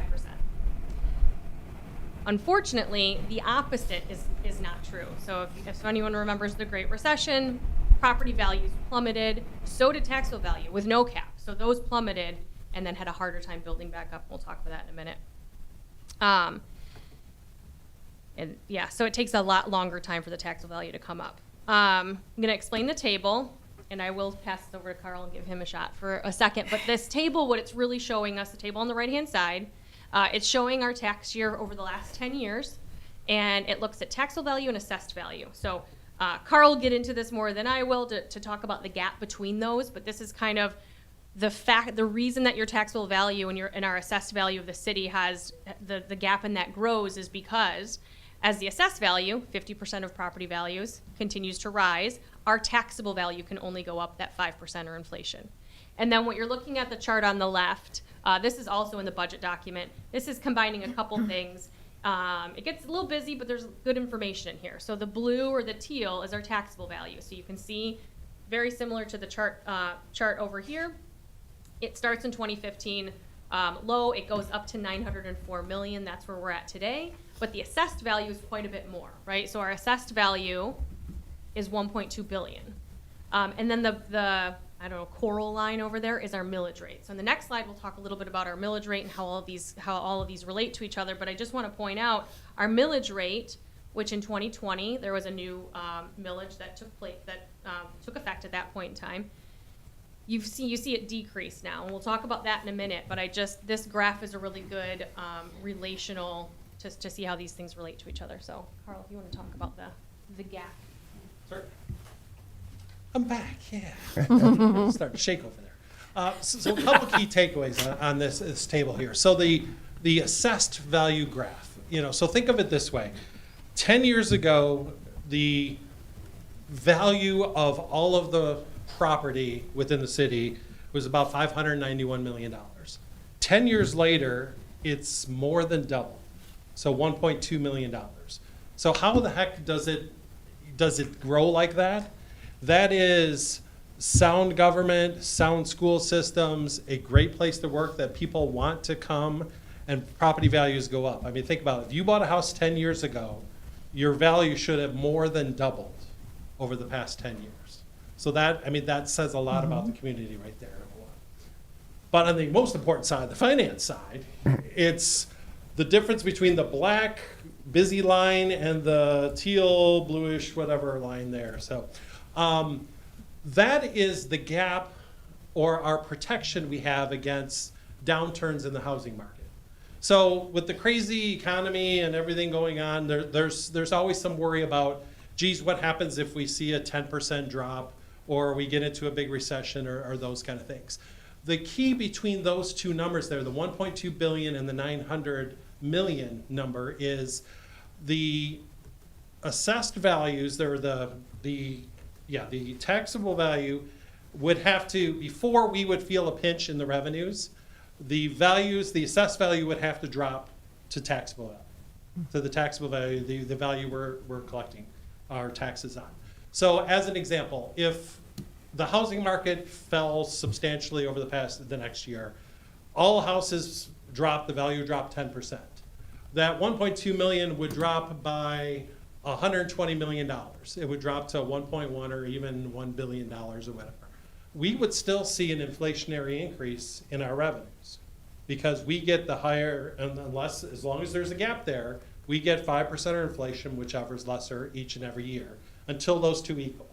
In 2008, as Crystal was kind of pointing out, the values dropped so much that was like a 40% reduction in some communities, where it not only became equal, but it went less. So the takeaway here is that with our substantial growth, with the health of our community, we've got a 27% gap, where the values would have to fall at least that much before we stop seeing an inflationary increase in our revenues. So again, that should at least make you feel semi-comfortable that in the short term, who knows what long term, we only care about the next, 1, 2, 3 years, at least, because that's how long we get elected for. Right? No, but that's really the key. From our standpoint, that's why we do a 3-year budget. So we're looking out to see what's everything look like, and again, conservatively trying to do it. But again, we have a very strong foundation of values in the community, and again, a very nice gap between the two, which should provide us a lot of comfort. And you'll see in later slides, property taxes is by far our largest revenue source. So that level of comfort is really important. Before I progress to the next slide, I just want to say Carl's jokes don't always land very well. We do care about the next 10 years. No, that one landed. And we are protected, and Carl is humble in his delivery also, because he does look forward in those ways. But to his point, we know we're at least protected in that time frame, and that is how we budget in our 3 years. But he still is helping us forecast for future years. Oh boy. So just to explain a little bit further, and this really this will tie back to what Carl was just talking about as well, on how taxable value and our millage rates are related. So the second, and then we'll also talk about in a minute the second Michigan tax law that limits the amount of property tax revenue the city receives, which comes in the form of the millage rollbacks. So starting with terms again, you'll see revenue from 1 mil. 1 mil is equal to the city's taxable value. So we talked about 904 million divided by 1,000. So each one of our mills brings in $904,000. And so that's important. And what this chart is also showing also reflects what we were talking about with the Great Recession. So the reason we chose 2008, 2012, 2020, or to 2025 is to really show what happened during that time. So in 2008, which was the last year before we really saw what Carl was saying, everything plummeted so low that we were now losing taxable value. That was the last year. We were at $534 million citywide in taxable value. So $534,000 was 1 mil. And that plummeted to 454,000. I thought I had a percentage here. I apologize if I don't. But that plummeted almost $100 million in taxable value the city lost during that time, nearly. Carl can do better math than I can. But, and so that really showcases when the ground falls out of property values, that it really hurts communities, because during that time, so we lost, that means 1 mil was now bringing in much less than it was prior to that, right? But costs didn't go down, costs increased at the same time. So that was a really hard time, not just for this community, but for many communities.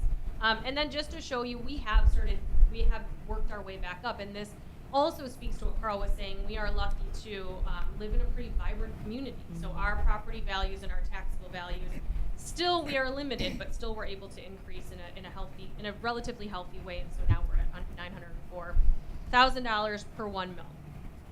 And Carl will get into the second chart in just 1 minute, but I want to talk about the second, before he does that, the second Michigan tax law, which is the Headley Amendment. So we talked about Proposal A. The Headley Amendment says that if a municipality's total taxable value, so now we're not talking about individual properties, right? Proposal A is about individual properties. Your individual property or taxable value can only increase 5% or inflation. Well, Headley says the citywide, our taxable value can only increase by inflation. And if we go over that, then we have to roll back our millages to correct it. So where we would see over that, and again, Carl, kick me if I'm misspeaking, but if there is new development, if somebody puts on an addition, things like that are not caught by that Proposal A. So we could actually see more in taxable values of individual properties. We can see it higher. But then every year, when we look at our citywide taxable value, if it's over what the inflation rate was, we have to roll our millages back. And so that really hurts us as well. And so even going back just real quick to this slide, in the coral graph, that's why you see our millages going down every single year, because we have to roll them back every year. And so what you see in property taxes is that number of mills times by our taxable value. So at one point we had 18 mills, and I'm taking away Carl's thunder here, but at one point we had 18 total, and that is now down to 12.58%. So with that, Carl can better explain the specifics of that. Yeah, so again, the key there in kind of English is that if citywide we're not in inflation, if we're above inflation, they go to your mills and reduce those so that citywide we go to inflation. So property by property, they look at it, but as you know, when you sell, they become uncapped. You go, as soon as you get uncapped, you could go up 10, 20, 30, 40%. All of that gets added together, and then when they look totally at the end of the fiscal year, if your increase in taxable value is more than inflation from the prior year, they reduce your millages permanently. So one issue that we've always had with Headley and Proposal A was, in years where there's substantial growth, the whole theory behind it was, let's make sure that, like in the 90s, I think we saw double-digit increases in property values for 2, 3, 4 years. And that's what spawned Proposal A was, seniors who were on fixed incomes, their taxes were going up 10% each year for 3, 4, 5 years in a row, and they were being taxed out of their homes. This was, hey, we're going to limit it to inflation. What they didn't factor in there was, oh, by the way, when 2008 hits and there's substantial reductions, they don't go up. You're only allowed to roll it back. There's never a roll up ever. So once it's rolled back for your overall is too high for inflation, it never goes back up. And that's why you get to a point ultimately where you have to go back out to the public per se, because you're just, the gap is too substantial. Another example of that is about 4 years ago, we had inflation at 0.8% and 1%. So think about that. My guess is that our wages went up more than that, our healthcare went up more than that, capital costs went up more than that, but didn't matter how good our housing stock was, our housing could have gone up 5 or 10%. We only saw an increase in our revenues of 0.8% or 1% for 2 years. I mean, that was 2 years in a row where we didn't even see 2% over a 2-year period in revenues. Of our largest revenue, that makes up 60, 70% of what we have. So ultimately, it gets to a point, there's the fairness per year, but ultimately, the cities, without that ability to roll back up, ultimately get into a point where you just can't function. You're not keeping up with it, especially in fully developed communities like ours, where there's no $10 million development going in on this big piece of vacant land. One of the things city managers always, their top secret meetings or whatever, it's a develop or die. Sorry. It's you got to develop or die. So it's because if you're taxable, you're limited to inflation. But any new development you have, any new houses, any new decks, any new additions to taxable value, those are over and above inflation. So for us, that cry is really more of a redevelopment cry. So we don't have acres and acres of land for new developments. It is, how do we increase the taxable value of our existing base? So that's what we, on the development side, have to focus on, because that's where we can pick up some additional revenue. Outside of that, we're really stuck to inflation, and then at some point, we just get to the point where you can see here, we're rolled back 5.4 mils, and 900,000 mil, that's $4.5 million annually, we would have between all of our millages available to be doing something. And just the general fund itself is $2.5 million. So when we talk about no money for capital, no money for, for that stuff, we're doing fine operationally, but that's where that money comes from. That's where the capital comes from. That's where reinvesting in parks and all of that kind of stuff comes from. Right now it's more of the basic operations. So I hope that helps. Yes, oh, I forgot. Carl, stay here. All right. So just to highlight this again, the two main pieces I want to focus on here, so these are the components of our revenue. You can see the bottom one is property taxes. For some reason we like teal this year. But literally, you can see there, this is a great representation of the very small annual increases that we're seeing there. We had a couple good years. We actually had 2 5%ers, when inflation, good news, bad news. We had some good news on the city side, but inflation was 5, 6, 7% for a couple of years there. So, but you can see there, our largest piece of revenue is pretty much, it's stagnant. It just goes up by inflation each and every year. The other piece is the revenue sharing, the red. That is our share of the sales tax collected at the state. And as you know, some of it's constitutionally guaranteed, but a portion of it is not. It's statutory and appropriated by the state. So while we think we get a nice annual increase like taxes, in the budget you have before you in a couple items, they actually went down 2.5%, 3% because they screwed around with the formula and we actually lost revenue sharing on that. So that one's even a less predictable animal there. And if we didn't have that one crazy year, quiz, anybody know why we had $18 million?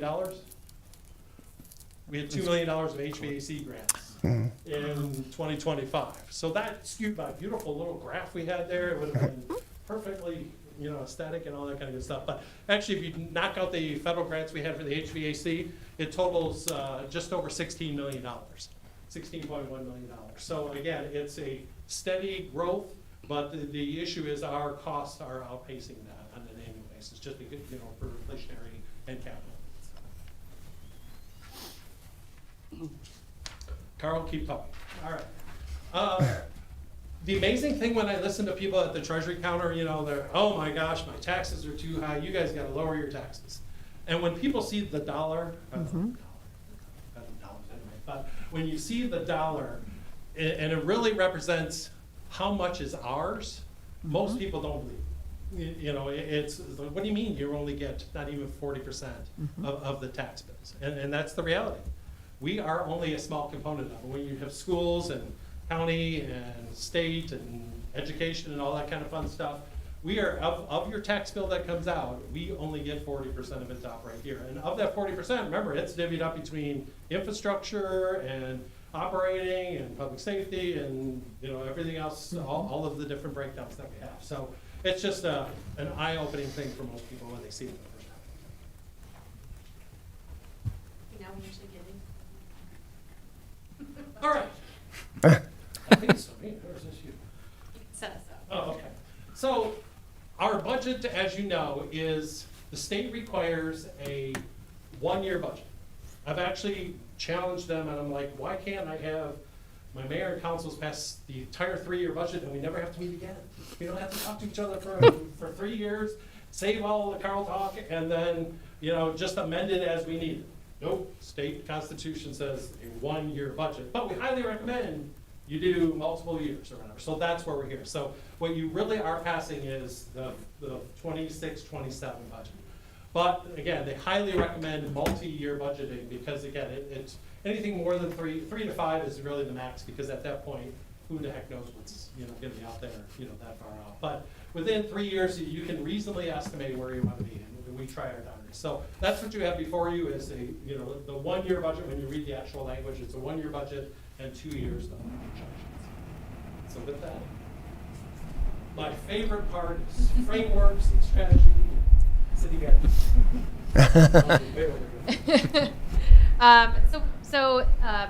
last year we talked a little bit about, it was the first year that we had really implemented our framework, and we talked about how we incorporated that into the building of the budget. We continued that this year. We use the priorities of our strategic framework to really guide the decisions, the priorities of the budget, and that's how it should be. And it provides us a roadmap of how we should prioritize in a way that we can provide a recommended budget that we think is in line with what everyone here wants. And so we had taken the time to set up those priorities before going in and deciding how we spend the money, right? And so next year we'll get into our strategic framework, our strategic plan process, and that will really evolve. So real quick, we have 5 priority areas in our strategic framework. I'm just going to go through pretty quickly and just highlight some of the things that are in this year's budget that really tie back to the priorities of our framework. So organizational effectiveness, some of the highlights under this budget, or under this umbrella, include health clinic incentives added for full-time employees. So this is that My Life Clinic consortium that we've discussed. We had Marathon Health up here, I believe about a month ago or a month or 2 ago, and it's very likely we'll be bringing an agreement in front of all of you shortly. And so this initiative will help us in our struggle to manage the healthcare increases that we're seeing. There's not much that we can do to get in front of those things. We're kind of limited in our options, and I think this is one way. I won't go in depth on that because we have in the past, we will again, so I won't bog us down tonight. But what's in the budget is some incentives for employees to use that clinic. And we really, in order for us to see a savings there and to see that clinic really succeed, we need it utilized. And so utilization, these incentives will really help utilization. We have a commitment to, we're showcasing our commitment to succession planning by filling we've had a deputy director in public safety in the past. We haven't for several years now, but we're really looking into succession planning in that department, and so that's a really important piece of that. In our investment in professional development, our human resources director and I have been working to identify meaningful professional development opportunities. So this is both case by case for staff members, but also staff-wide. So we've been looking at different initiatives, and there's a budget in there for that. Equipment upgrades as we transition to full electronic plan review, and then money budgeted to facilitate our robust, full-blown strategic plan process. Economic sustainability highlights. We've increased, the DDA has increased funding for their facade and their mural incentive program, increased funding for economic development, both in the DDA's budget for the DDA director and for our community development leadership. And then in the budget, you'll see an update for our master plan, which we have to update every 5 years. And then the DDA has budgeted their strategic plan, which they will be doing in coordination with ours. Community asset highlights. Here we talk about we talked a little bit about this, but the increased maintenance budget for our buildings. For instance, this building, if you remember, we did not. There are several of our buildings we updated the HVAC because of the question behind the future of this building. We have not done that, but the other side of that is the maintenance of those assets. Of these assets, it just becomes more and more expensive. Kristen talked a little bit about that when we were talking about the proposal earlier from Moran. But also we are utilizing the facilities assessment, which provided us a robust maintenance plan to better understand what we need to be doing to really get in front of those maintenance items instead of letting them deteriorate in a way that we can't get ahead of again. We talked about Bacon Ave, our water main and road replacement project. Obviously, that is in the budget.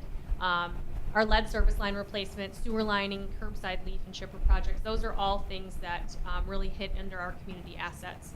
And we will get into those a little bit when we talk about capital projects in a few minutes. And then open communications.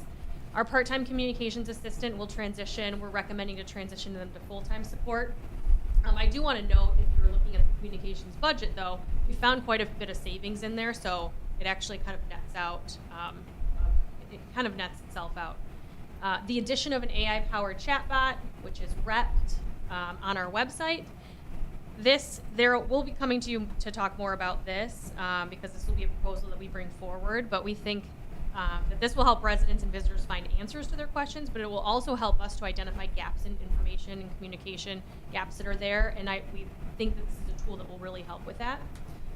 Continued investment in automation software to streamline city council and board and commission meetings, so Civic Plus, and the management of those agendas and the minutes, as well as website document storage, and then we're also going to be looking into a software for FOIA requests.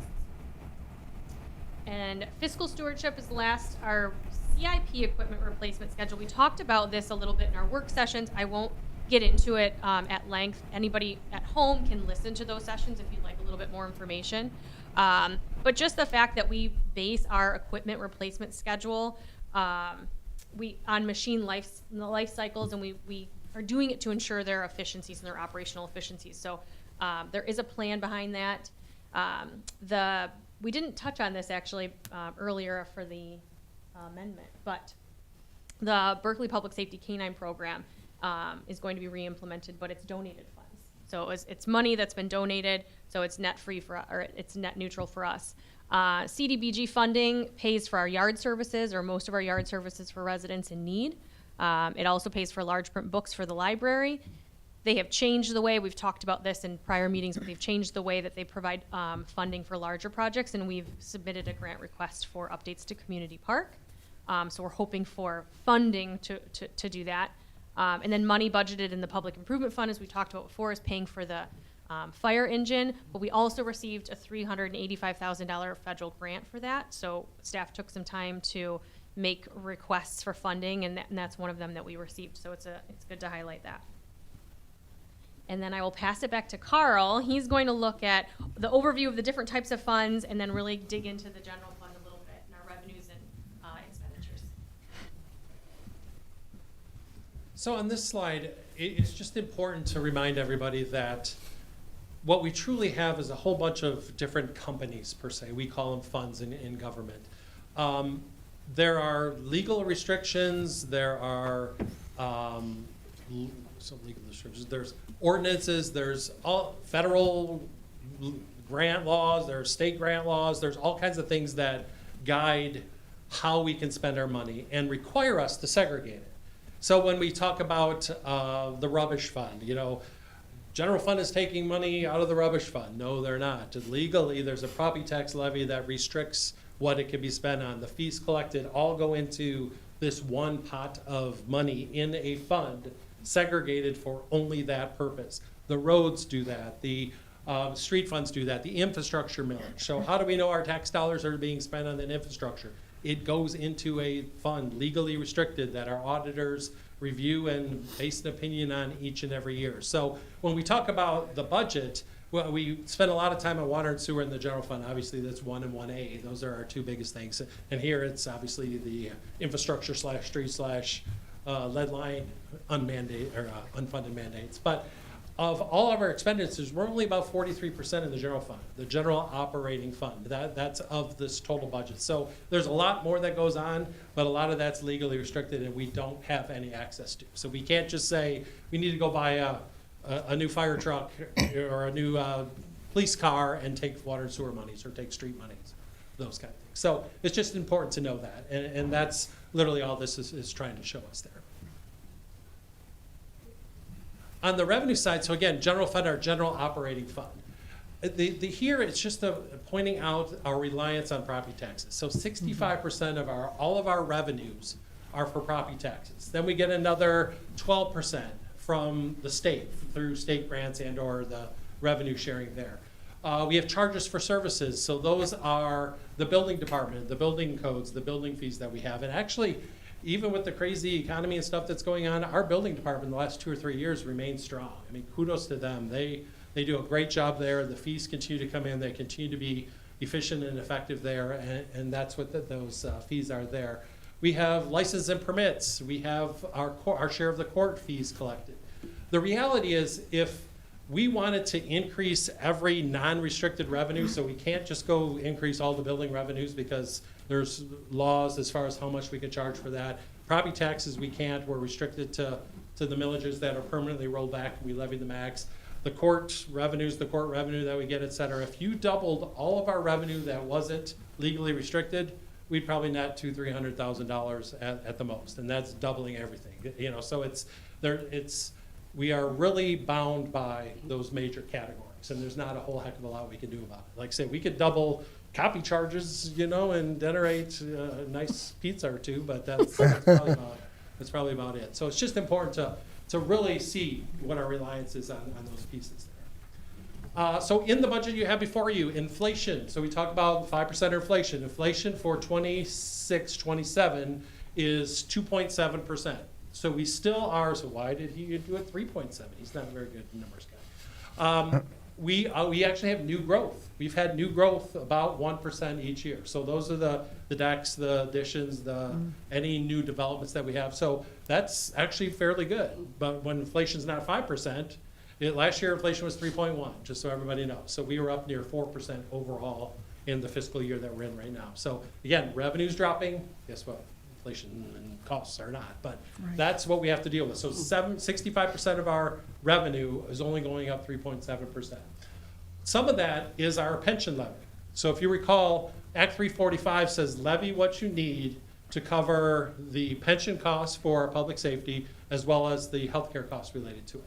Our actual report about a year ago went up, our contribution went up 240,000. So we went about 1.4 million annually to 1.7, almost 1.8 annually our contribution. The good news is, when you look at the millage rates that are proposed in the budget, the total millage rate's exactly the same as it was last year. So that there was a slight bump of 0.16 to the public safety millage, which again can only go towards the public safety pension contribution and healthcare. And all the other millages were rolled back. The net was 0.16 mils. So the overall millage rate for our community stayed exactly where it was the year before. And we purposely try to make sure that it did not. So, but all in all, usually you'd see a slight decrease there because of the rollback. This year, because of that large increase in the pension contribution, we had to bump that one up just slightly. Revenue sharing, as we talked about, it actually decreased. It decreased by 3.2% because the state did the switcheroo on the gas tax, and we're no longer collecting sales tax on gasoline. They created a new tax, and they're keeping that all for the roads. So we'll see a bump in the roads, but in the general fund, our general operating fund, we're losing 3.2%, where we usually see a 2% increase on an annual basis. And lastly, licenses and permits. Again, I touched on that. Our building department does really, every year I keep waiting for that. There's no more new development, and we haven't hit it. So I bring them pizza and donuts every once in a while. So keep it up. On the expenditure side, obviously public safety is our number one priority and our number one cost. So you've got about 50% of our costs are public safety related. Then you've got our active and retiree benefits. So you can see there about 10% for active benefits, about 9% for retiree benefits. So a lot of that, those are the big pieces of what we have there. So about 70% of our costs are right there, and then you've got all the other small departments mingled in there as well. So not a whole lot of changes over last year, but again, it's just another way of seeing it as far as by function versus, you know, department by department. Just three minutes. Yeah.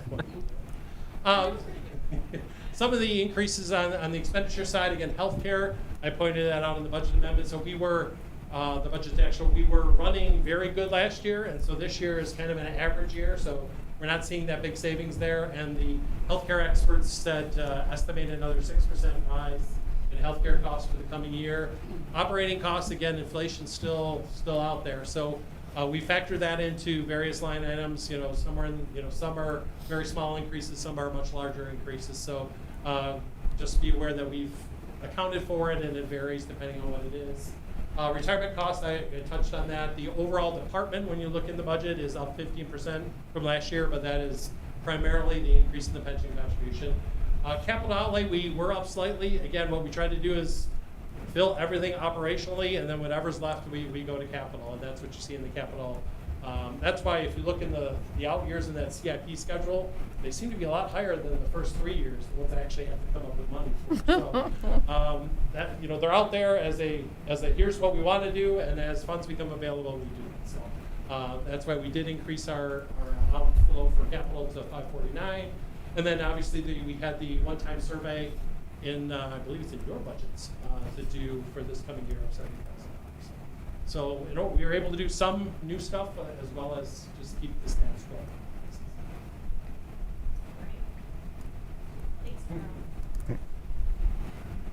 Okay, we're about halfway through. At this point in time, Carl just went over the general fund.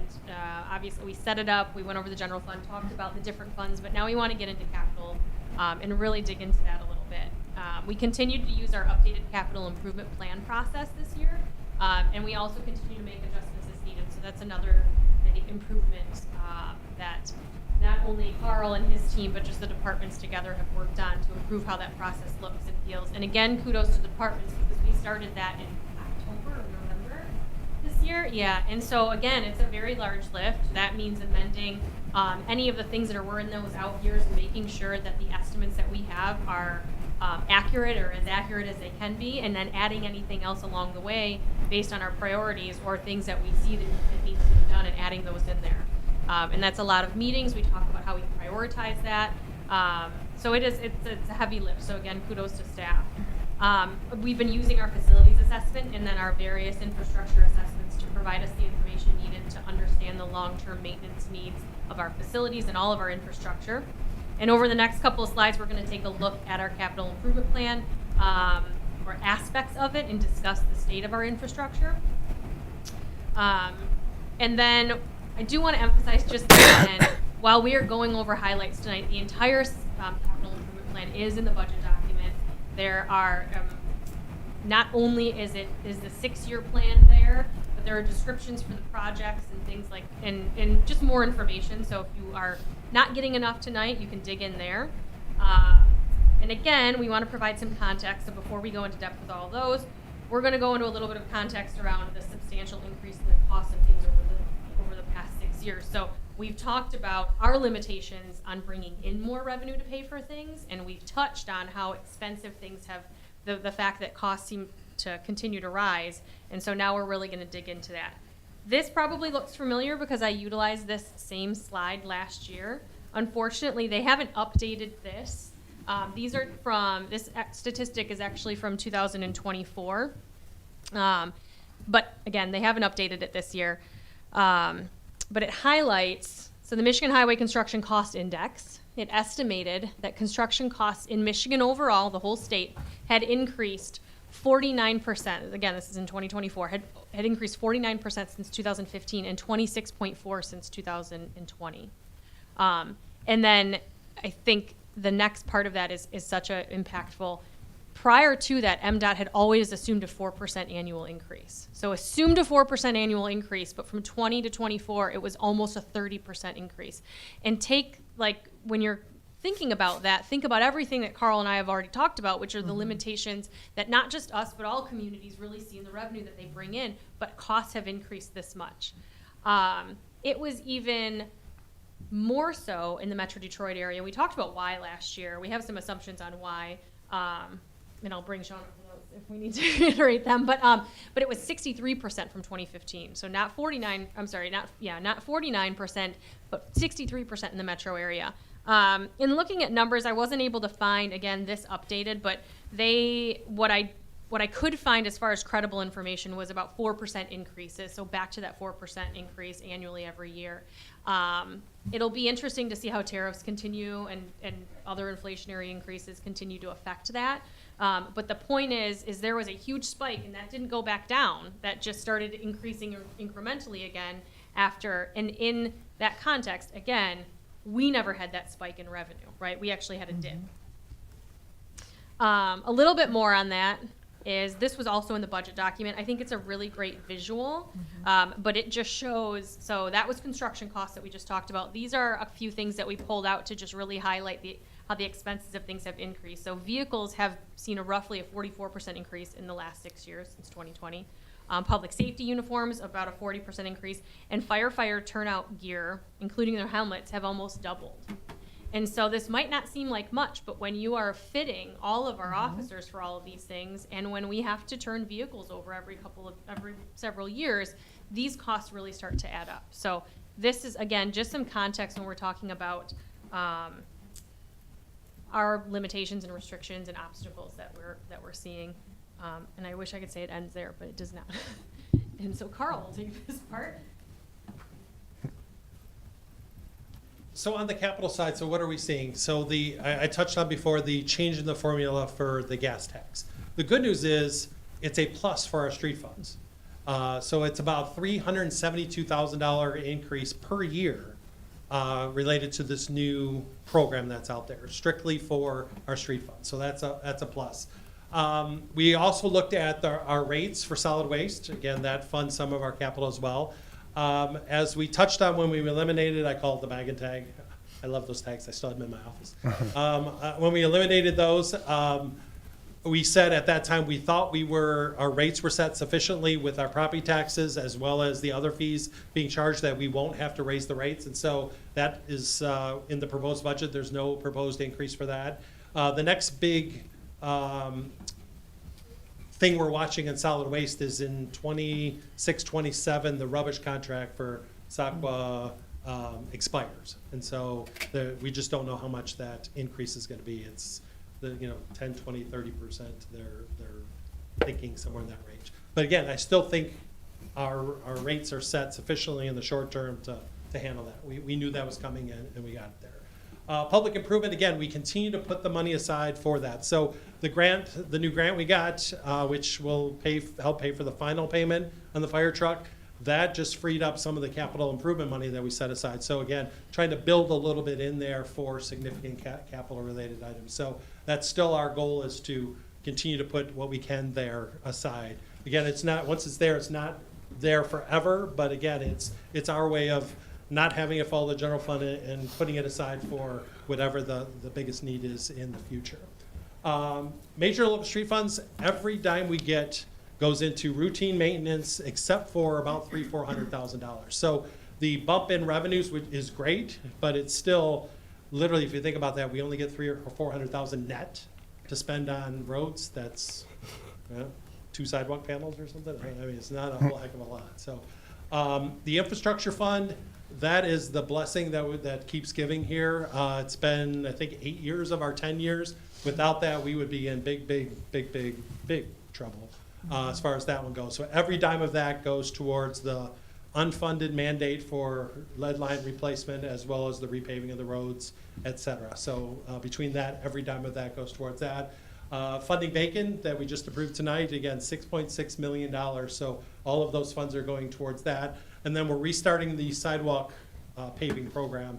I don't hear a lot of fanfare on that one, but that one is obviously a need. It's a liability. It's something we are required to address, and so that program is starting up in a 5-year segment. $400,000 would be the first one for next year. The infrastructure millage, as I touched on, literally it was November of 2018. Hard to believe it's been that long already, but the voters passed it, 2 mills. for 10 years. There's a 10-year expiration on it, so it'll be November 2028, it expires. And you can see there, what we've collected is the 2 mills. Remember, even this gets rolled back, has been permanently rolled back to 1.78 mills, is what we're looking at for the 26-27 year. Brings in about 1.5 million. Again, without the rollbacks, we'd be at $1.8 million, another 200,000 to 300,000 annually. So you're talking $1.5 million more we would have had without all of the rollovers. But bringing in 1.5, again, every dime of that goes towards capital. And then of the capital, just some quick overview. So these are kind of cool to see of what are we spending our money on.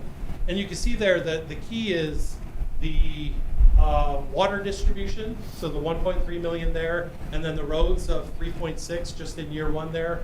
That's $5 million that is paid for, again, the road funds, the infrastructure fund, and the water and sewer fund. Without that, we wouldn't be able to do that. And you can see that it's $4 million in the second year and $4 million in the third year. The reason it's a little higher in year 1 is we set money aside. We had fund balances. We took that year off. So whatever fund balances we had at the time have been reinvested and will be going forward into the Bacons and the other streets that we have planned out there. Outside of that, not a whole heck of a lot. We have vehicles, machinery, and the sidewalks that we talked about, but really not a whole heck of a lot outside of those 2 things. We just don't have a lot to do. And then again, how are we paying for this $8 million annually? Again, there it is by fund. The general fund is a very small amount, $500,000 on a $15 million, $16 million budget is really a very tiny, tiny amount of capital. But you can see there the infrastructure fund, 2.4, 1.6, 1.6, and the water and sewer fund, the 2.3, the 2 million, the 2 million. Though that's how we're funding the lead line replacement. Without that infrastructure millage, all of that falls back onto the street funds, which you can see there, they are only, what's the number there, about $400,000. Yeah, major street fund, about $300,000 to $400,000 they have available, and then the rest is water and sewer. The water and sewer fund would have to bear the burden of paying the entire, not only the line replacement, but the repaving the roads on top of it. So it's just extremely important that we get that word out, and that hopefully, we can work on extending that into the future. Infrastructure investments. So real quick, over and above the Bacon Avenue, where we're doing one massive section of it, we do like one-off lead line replacement. So spend about $1 million annually on doing that. So even though the Bacon one is the highly publicized one, we are still actively doing that. We also do sewer lining. So sewer lining extends the life of our sewer lines. And again, that's been a very successful program. And so 60% of the system has been lined, which is a great number, but it's $600,000, $700,000 a year in lining that. But long-term saves 10 times that amount, because it's basically putting another line inside of an existing line, and it extends the life for a very, very long time. So the city was proactive in doing that. I wish we were proactive doing the other stuff, but at least the sewer line part is 60% of that has been done. So the $1 million. So it sounds like a lot, right? That's only about 80 to 100 service lines that we're replacing. So we're doing 80 to 100 each year. We only have about 4,900 more. Now we need to determine if they're lead, and if they are, we need to remove them. So there's a lot of identification that needs to take place, and then once identified, they have to be fixed. So if you do the math, you're ahead of it's a really bad number. But again, that's what Sean and company are doing. They're working on that stuff. The deadline, again, on the federal side is 2034 to have all of the lead lines replaced, and the state deadline is 2020. So that's what we're working towards. It seems like a long way out there, but at those dollar amounts, it's not. It's unlikely we hit those deadlines. But we're trying our best. Outside of raising the water rates astronomical amounts, tax rates.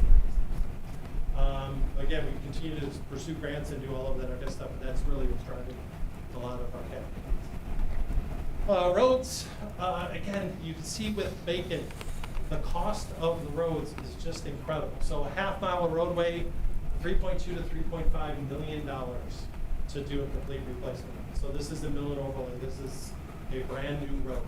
You know, a lot of times you hear $1 million a mile or whatever. That's the one overlay stuff. Even then, I don't think it's $1 million. So extremely expensive, but obviously we're doing it. We use the PASER rating, obviously, to identify which ones. But the sad thing is, we had to save up 2 years just to do Macon. And we already know what our next 2 or 3 or 4 are. You know, and that's still only a small portion of the city. But we continue to try to get grants. And then that Coolidge thing, I'm afraid the street sweeper's going to go down and it's going to be dirt tomorrow. So, you know, we are definitely working towards trying to find something related to that, because obviously that's kind of the jewel of our downtown there. We really like to have that one made. So that's on the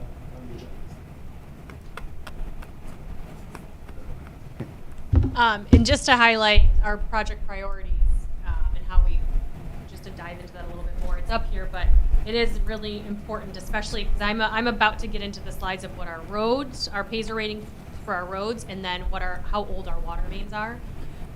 And when we are looking at those projects, because we only have so much money, we want to do everything at one time, right? We don't want to reconstruct the road and not then hit the water main. It would be a waste of taxpayer dollars if we did not do those things together. So when we are looking at it, we're looking at not only the condition of the road, but also the age of the water main, how many water main breaks have been there, because, and this is not my forte, so Sean, if you have more questions on this, but you could have a water main that is same age, and one has a ton of water main breaks and another one that does not, to simplify it.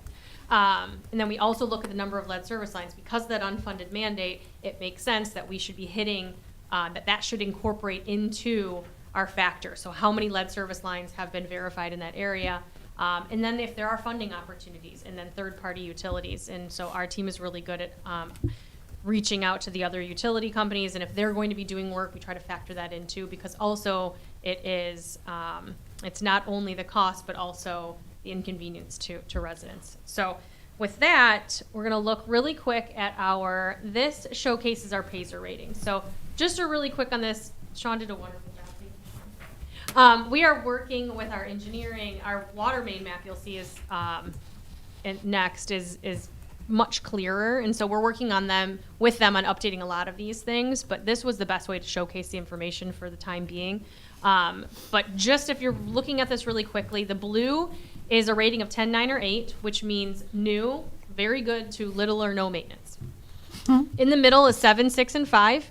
That's good to fair. That means capital preventative maintenance. And then you have the gold, which is the more prominent color, unfortunately, on the map. And that means poor to failed. So heavy rehabilitation and possibly reconstruction. So 60% of our roads are in that area, obviously. And so this does just kind of showcase the state. I think no one is really questioning this necessarily, but it is just to showcase just what it looks like overall. And then we couple that with the age of our water mains. So the red is the biggest. 79% was built in around 1930, so is about 100 years old. The next largest piece of the pie is 13%, and that's 1995 to 2026. And then there's a couple of small pieces in the middle. Basically what you're seeing here is up until 1995, no one was really, I would argue, maintaining the way in a responsible way. So it has left us with a large amount of water mains that are now very old. And this is depicting, and this we'll have available if people want to kind of zoom in. We're actually working with our engineering company and updating our GIS to hopefully at some point have a portal that the public can get into and kind of and really look into it a little bit better. But basically what you're seeing here is the red, again, is 80% of our roads are 100 years old. So the neglect of our infrastructure for many years, which is showcased here, we're working adamantly to maintain it. We're able to complete, as we said, a half mile of water main basically annually in conjunction with our road projects. But obviously the need is much higher than that. So in red is the 7 years, is 79% of it, which was built in 1930. What you're seeing, and I forgot to point out, I apologize, are the red X's are water main breaks over the years. So again, when we look at what projects we're prioritizing, it's not just the age, but it's how many water main breaks have happened on that block. And you'll notice there are some in the red who haven't seen, knock on wood, haven't seen many water main breaks, but then there are some that have seen quite a few. The next couple of slides, so this is really just the state of our infrastructure, right? There is a lot of need out there, coupled with our restrictions for the revenue that comes in and how we spend that money. And I won't continue to bang that drum, but we will be, Sean and I will actually be doing a presentation in the next few months on the state of our infrastructure, and we'll dive into this stuff a little bit more. And so more to come on that. I'm just going to preface before I get into the next slides. The next couple of slides are going to go over our recommended utility rate increases. So water, sewer, I like to call them utility rate increases, but our water and sewer rate increases. Before we go into those, I want to note that we have last year and possibly in years past, I don't know, we've encountered some confusion as it pertains to the utility bills and the suggested increases that have come in front of you. And so we're going to do a pretty thorough overview of those suggested increases. It's quite a bit of information, so it's going to be a couple slides. But really, I think that it's helpful for anyone watching at home or anyone who just really doesn't understand. Hopefully they can watch this, and maybe they have to watch it more than one time, but they can understand a little bit better what goes into those utility bills and can read them a little bit better and understand when we suggest these increases, what it actually means. And so first I'm going to start on a per unit basis. There's a little bit of a lag. So one of the things that we have heard confusion about in the past, what's circled in the red, is our variable rate portion. So these are all of in the gray on the very left-hand side of this, these are all the portions of your water bill, the different elements of it. And you have water service and sewer service, and both of those are variable rates. And what that means is that it's per unit. So if you use 1 unit of water, it's $5.83. and $6.52 for one for the water, one for the sewer. We are recommending this year an 8% increase to those variable rates. Really what that's going to do for us, we pay, the city pays for the water, we pay for it to come in, and we pay for it to leave. So we pay for the stormwater to leave, the sewage to leave, we pay for the water to come in. And so those are bills that come into us, and those rates increase every year. And so we get those rates, and part of our suggestions are based on the rates that are being handed down to us.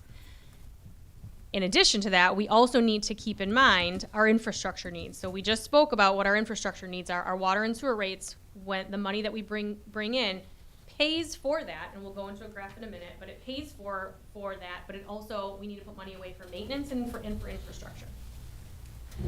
So that said, when you're looking at the circled in the red, those are our variable rates. So we are suggesting an 8% increase to that. The rest, the next 4 boxes, are all flat rates that you will find on your utility bill. We are not suggesting this year any increases to those. I will note we're actually seeing more increases that are passed down to us on a fixed basis and not on a use basis. We won't go in depth on that this year, but that might be something in the future that we may have to think about when we're talking about our utility rates, how we are increasing them, because since we are seeing more of a fixed rate passing down to us, that means that when usage is low for us, we still have to pay this bill. That's just an aside. But so you have your water service and you have your sewer service. We have a ready to serve for water and a ready to serve for sewer. That is really the cost of using the infrastructure. No matter if you don't use any water, it's still, like if you run your faucet, let's say twice a month, you are still hooked up to our infrastructure. There is still storm water that's running off of your roof. There are still things and infrastructure needs. And so that's a common, sometimes you'll see it listed as a different name on different communities' utility bills, but it's ready to serve is an often used term. So ready to serve for each of those. We have residential storm water. So for every residential property, that's $82.95. It's just a flat rate. And then you'll also see residential solid waste and refuse.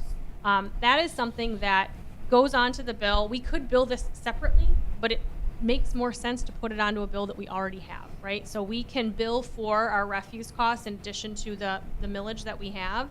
The only reason you see it here on your utility bill, it can be kind of confusing, is it would just cost the city more money to send a separate bill, so it gets put there.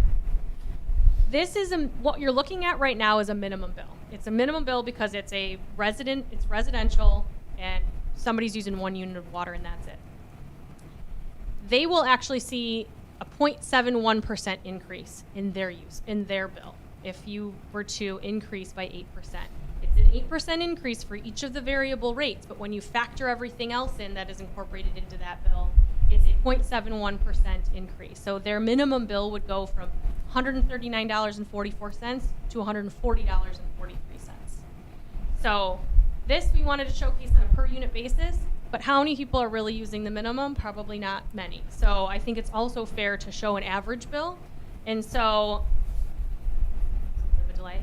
The average bill in the city of Berkeley is 15 units of water. So now we're going to show this on an average bill. You'll see the same things. I've circled the same areas. What I've added is the utility bill labels. So I've added something to this one. There has been some confusion in the past, I think, on what people see on their bills and then what we're saying when we talk about these increases. And so what you will see on your bill is water. Those are the two variable rates, water service and sewer service variable rates. Again, suggesting an 8% increase to each of those. Then you have RTS. Those are the ready to serve. And there is one for water and there is one for sewer. Then you'll have refuse RES. That's the residential solid waste that we spoke about. And then you'll have stormwater. So this is really just to showcase what you're seeing on your bill and to relate it back to what we're talking about. The average bill in 2020 currently is $312.34. That bill would increase 4.7%. So again, we talk about the variable rates. The suggested increase is 8% for each of those. But on the bill you're seeing for an average user, it's 4.7. We've also added this just to showcase the bill itself. Just again, I want to help people understand what they're seeing. And I won't go over this because it's just the same exact information. It's just this is how it looks on your bill. So just transferring it over. 4.7% increase for the average user, right? This will change for each number of units as each number of units increases. When we increase our bill, when we need to increase our rates if we want to be able to continue to pay our bills and also support our infrastructure. And so in the past couple of years, we've done 10% increases to those variable rates. This year, we tried to ease back a little bit as we kind of strategize how we're gonna handle everything. But we know that we can handle the infrastructure improvements that we're making right now with the 8% increases. And just make it a little bit of a softer landing, I think, for some of our residents. But again, it equates to a 4.7% increase for the average user.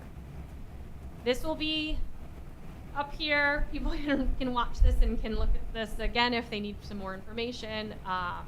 But hopefully this gave a good enough explanation that people can hopefully walk away with a little bit of a better understanding than before.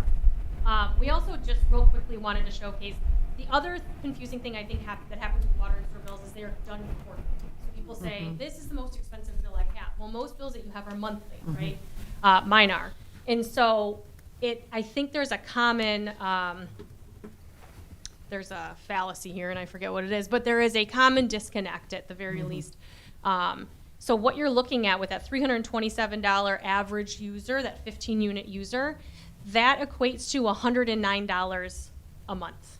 So to compare that, according to J.D. Powers, the average cell phone bill was $141 in 2025. So just as a comparison.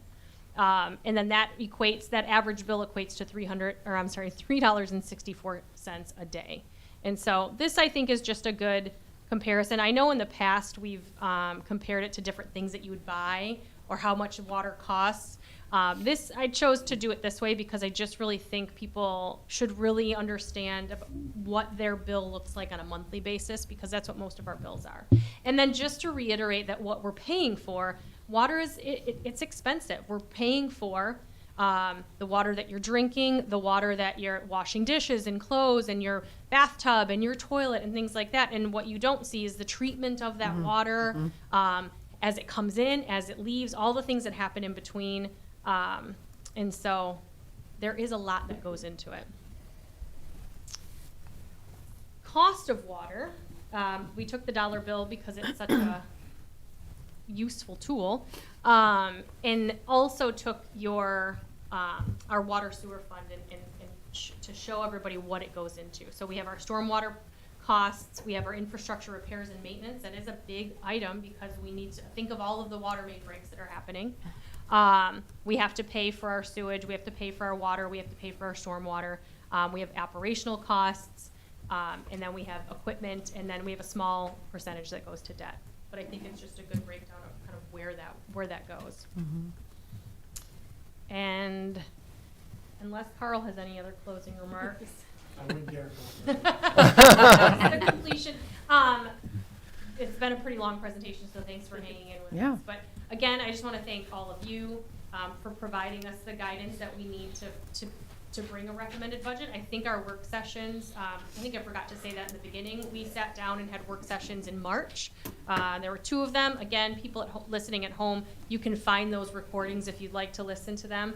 I just think our budget process is a group effort, it's a team effort, and so the departments and council, I think everybody works really well together for us to produce a document that I really think helps us to meet our goals.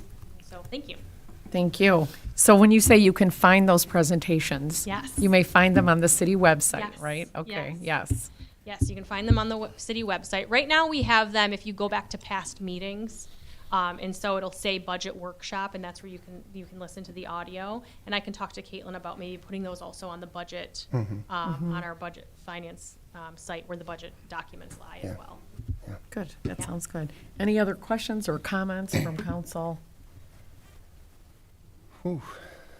Very thorough. Digest. Yeah. Very nice job. Yeah, I appreciate, I know you Yeah. mentioned everyone who, worked on this in the beginning, and it's true, like, you bring us a finished product, but you have staff and directors, and, it is a heavy lift, and I appreciate all the work that goes into this moment right here, so thank you and everyone that had a hand in this, very much appreciated.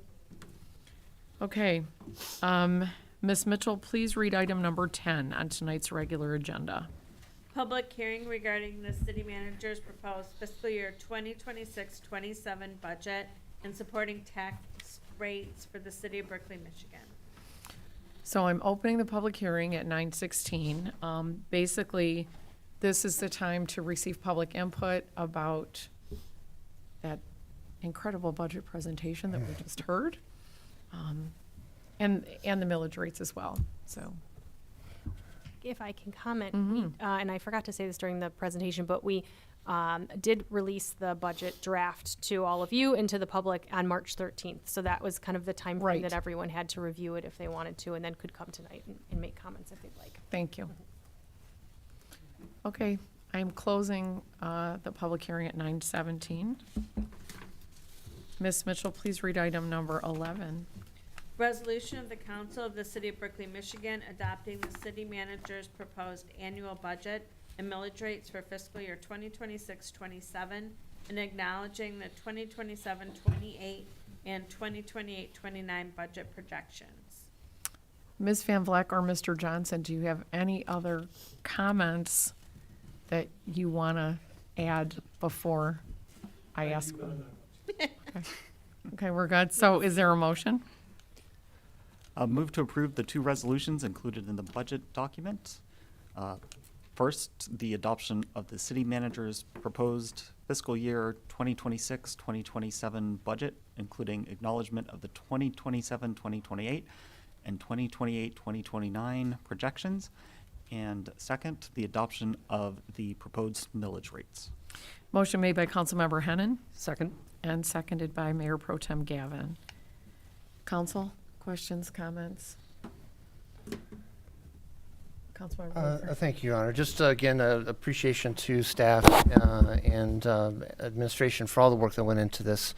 Even going back to those budget hearings, the city clerk's office put a lot of effort into making sure that those discussions went smoothly, and the public had every opportunity to be engaged I appreciate the additional efforts tonight with communicating some of these technical details. The visuals, I'm a visual thinker, a visual person, so they're very helpful for folks like me. I'm really grateful that that's all in there, and I'm really proud of the work that you guys have done, and this is something that represents our values, and I'm very happy with it. Yeah. And thank you for your input along the way. Yeah, that's fun. Councilmember Baker is very good with the visuals, so he. Oh, yeah. Yeah. Yes. Thanks. Okay, any public comment on this agenda item? Seeing none, Ms. Mitchell, please call the roll. Hennan, Yes. Patterson, Yes. Baker, Yes. Black, Yes. Elrod, Yes. Gavin, Yes. Dean. Yes, the agenda item has passed. Ms. Mitchell, please read item number 12 on tonight's agenda. Updates to the fee schedule. Okay.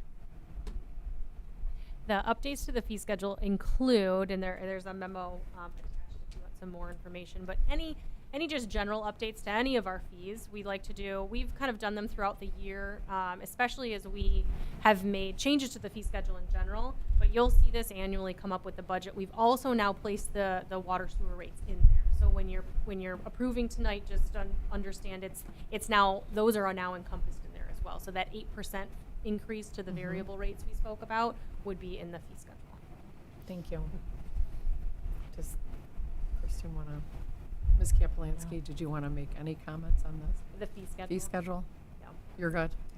Okay, we're all good. Okay. Is there a motion? Motion to approve adjustments to the fee schedule.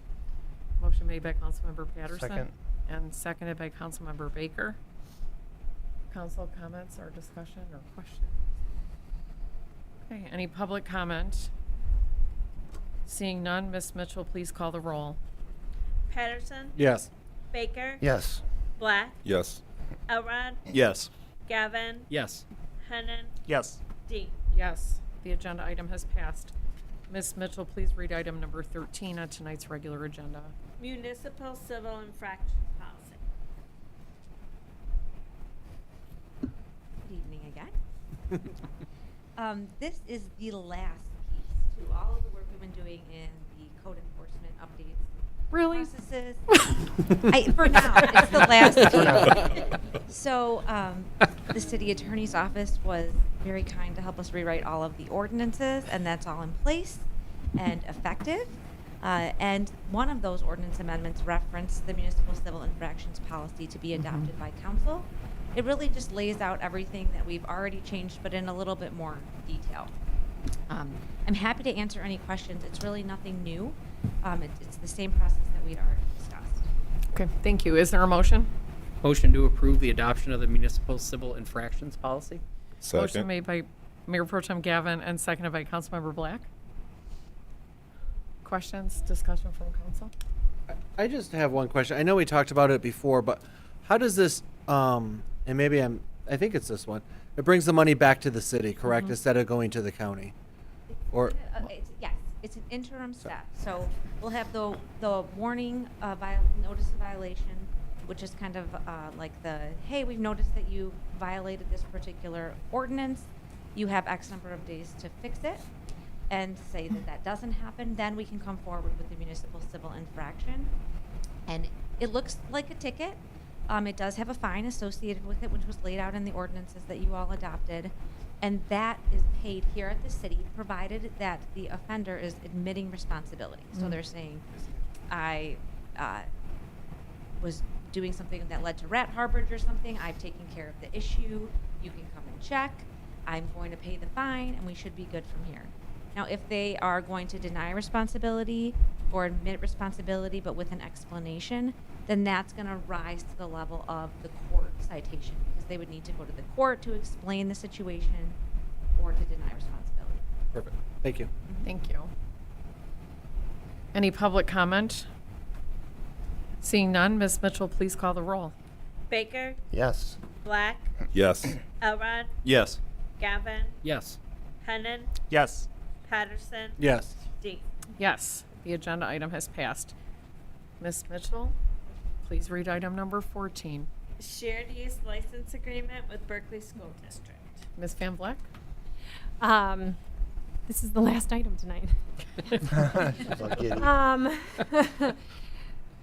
So this one is, I know we've spoken about this, but I want to make sure everybody at home also understands. So this is a shared use license agreement, and Lisa and I may tackle this together just to make sure that everything is explained well. But there is a small portion, let me back up. People may or may not be aware that at Anderson, the school district is building a parking lot. So the grassy area that's south of the current parking lot, they're building a parking lot there.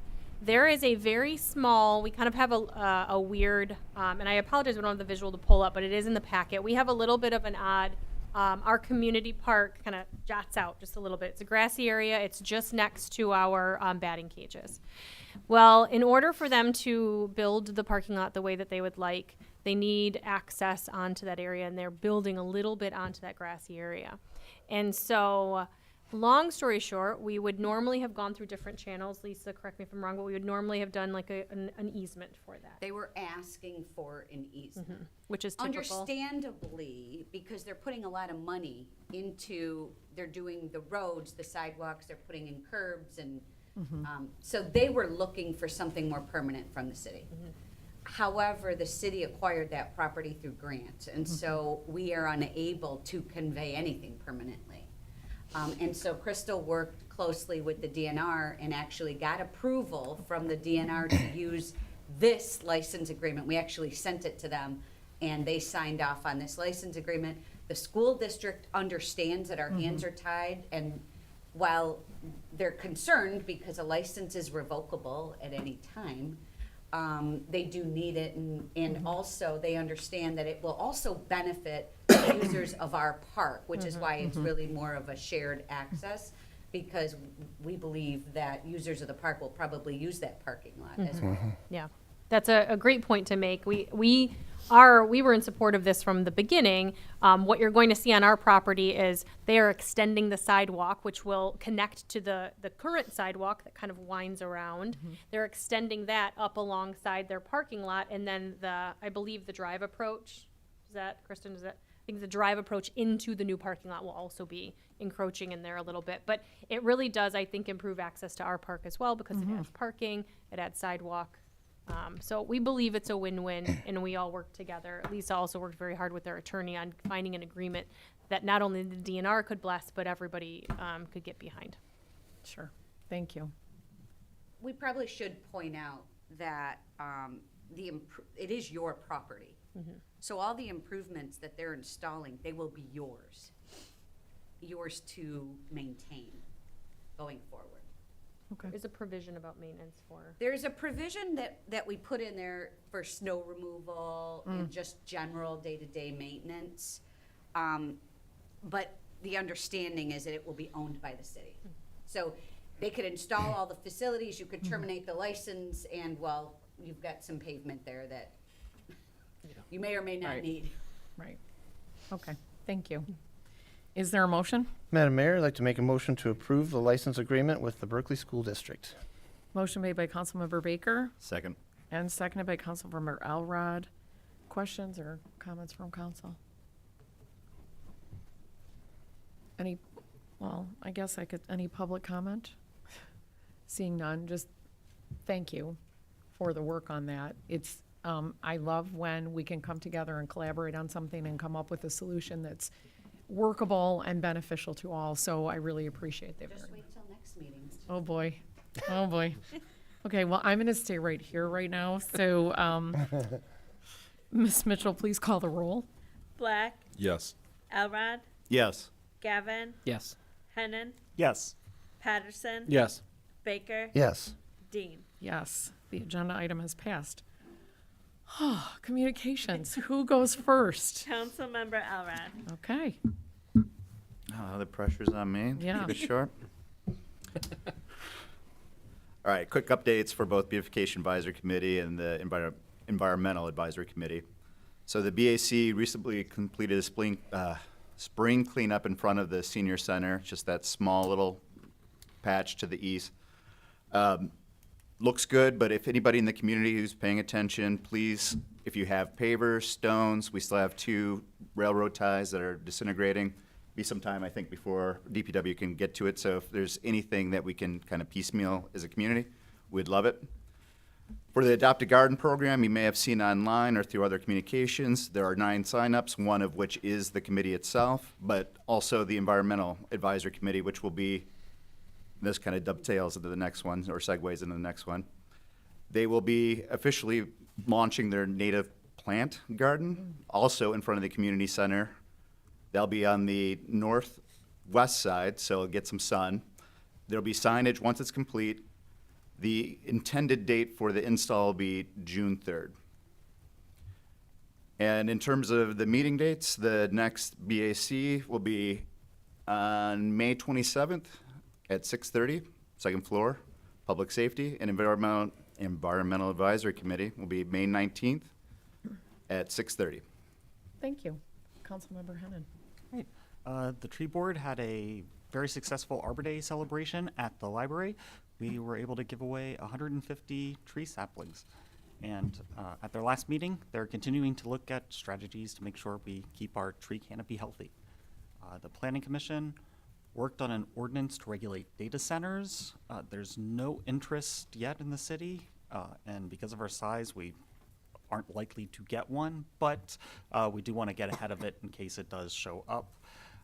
They reviewed another cleanup for some miscellaneous zoning ordinance issues, looked at the payment in lieu of parking that based on our past work sessions, and approved a small addition to Golden Grill.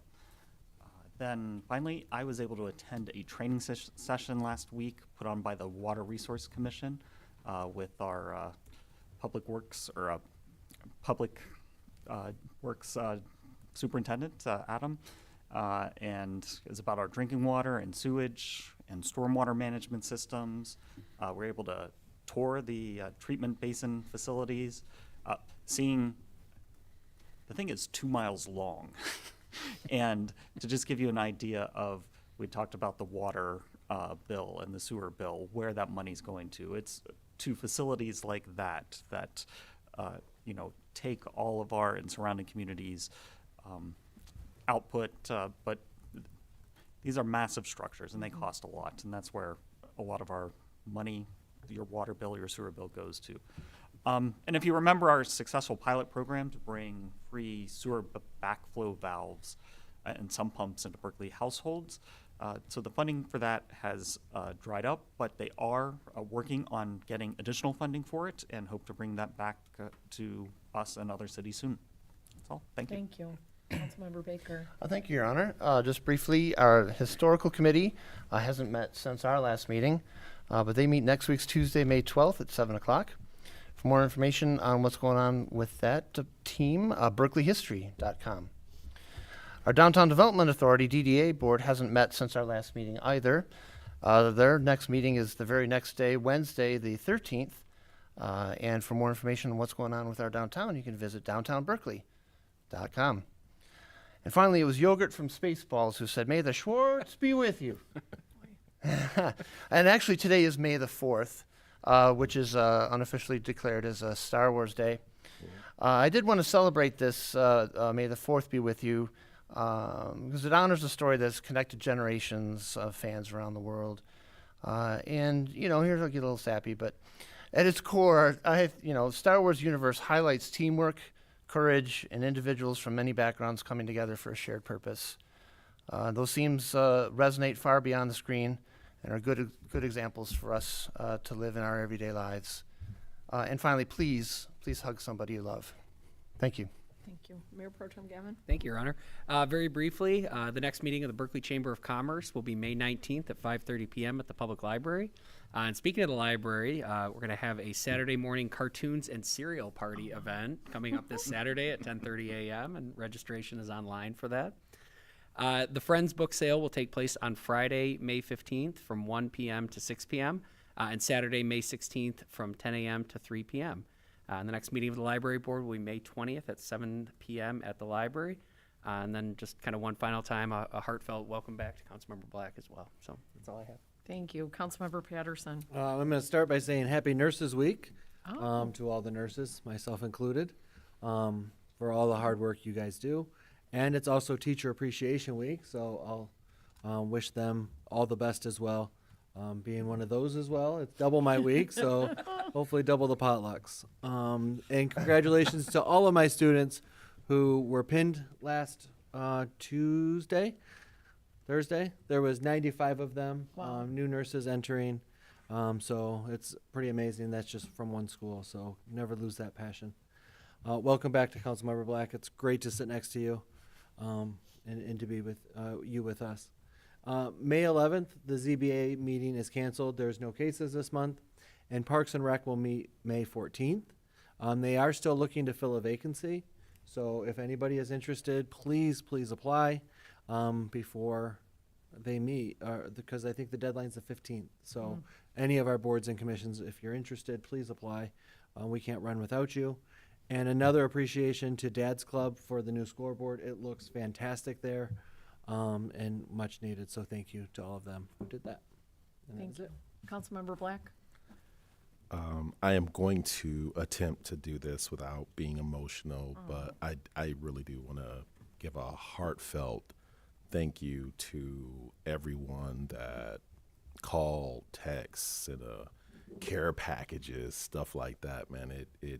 There's no way to describe, if you're not a military member, what we do when we have to deploy is like. But I do want to say that for everyone, and I said this I think 11 months ago, that everyone that goes, has the responsibility, and you do it because that means someone else gets to come home. So, I got to come home, and that meant that somebody else has to leave their family and go do this. So please understand that there are men and women in this community, in this very community, who are serving, who are in harm's way tonight. So keep them in your prayers. I want to send a huge thank you to the people that sit up here who reached out.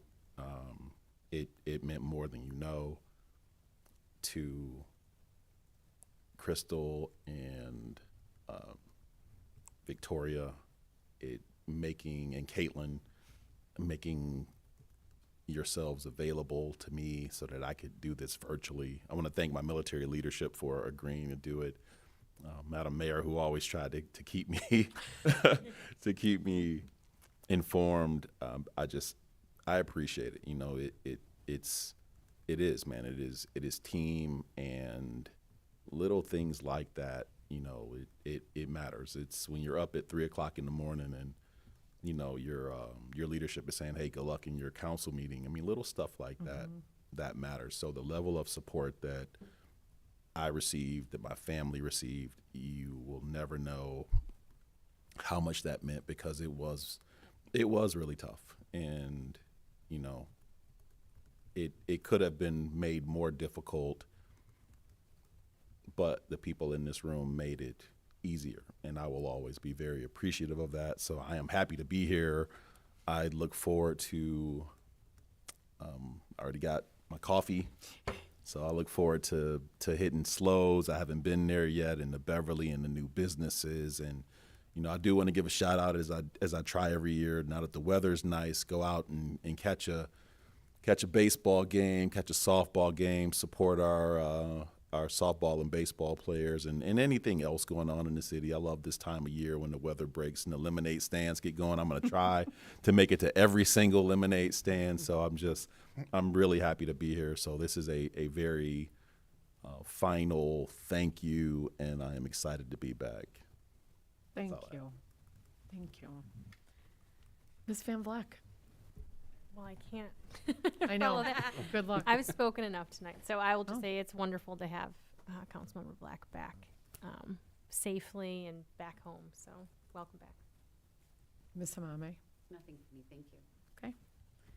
Well, I have a couple things.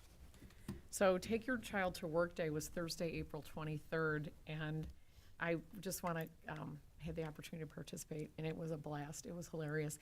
But I want to thank Jessica Stover for coordinating, along with Lydia Brower, Caitlin Flora, all department directors and staff who made that day happen. The kids were great. I mean, they were funny, and they were just Ms. Mitchell and her department had a mock vote, and they had to vote for their favorite toy, and it was Democratic until it wasn't. There were a lot of tears when somebody's favorite toy didn't win, so everybody got a toy. It's kind of like everybody got ice cream. But it really, I think, means a lot when we can do these kinds of things, as a work community as well. And it was, I think, really well received. And I have some new little kid friends, and somebody said to me, well, one of the questions that the kids ask, what's your favorite thing to do as mayor? And I always say, well, the weddings, because pretty much everyone's usually happy, and I enjoy the ribbon cuttings, and really just, interacting with people, talking, listening. But now I can add, take your child to work day, because that really was a hoot, so I'm very appreciative of it. Council members Hennon and Patterson and I attended the ribbon cutting for Heavenly Pound Cake on Saturday, April 25th, and they celebrated their first year of business, which was kind of a nice way to, revitalize. They had their opening, but now they're getting some traction, and it's another nice notice. And I want to congratulate Sean and Kevin and their family for bringing even more sweets to Berkley, and to just really thank them from the bottom of my heart for choosing Berkley to have their business in.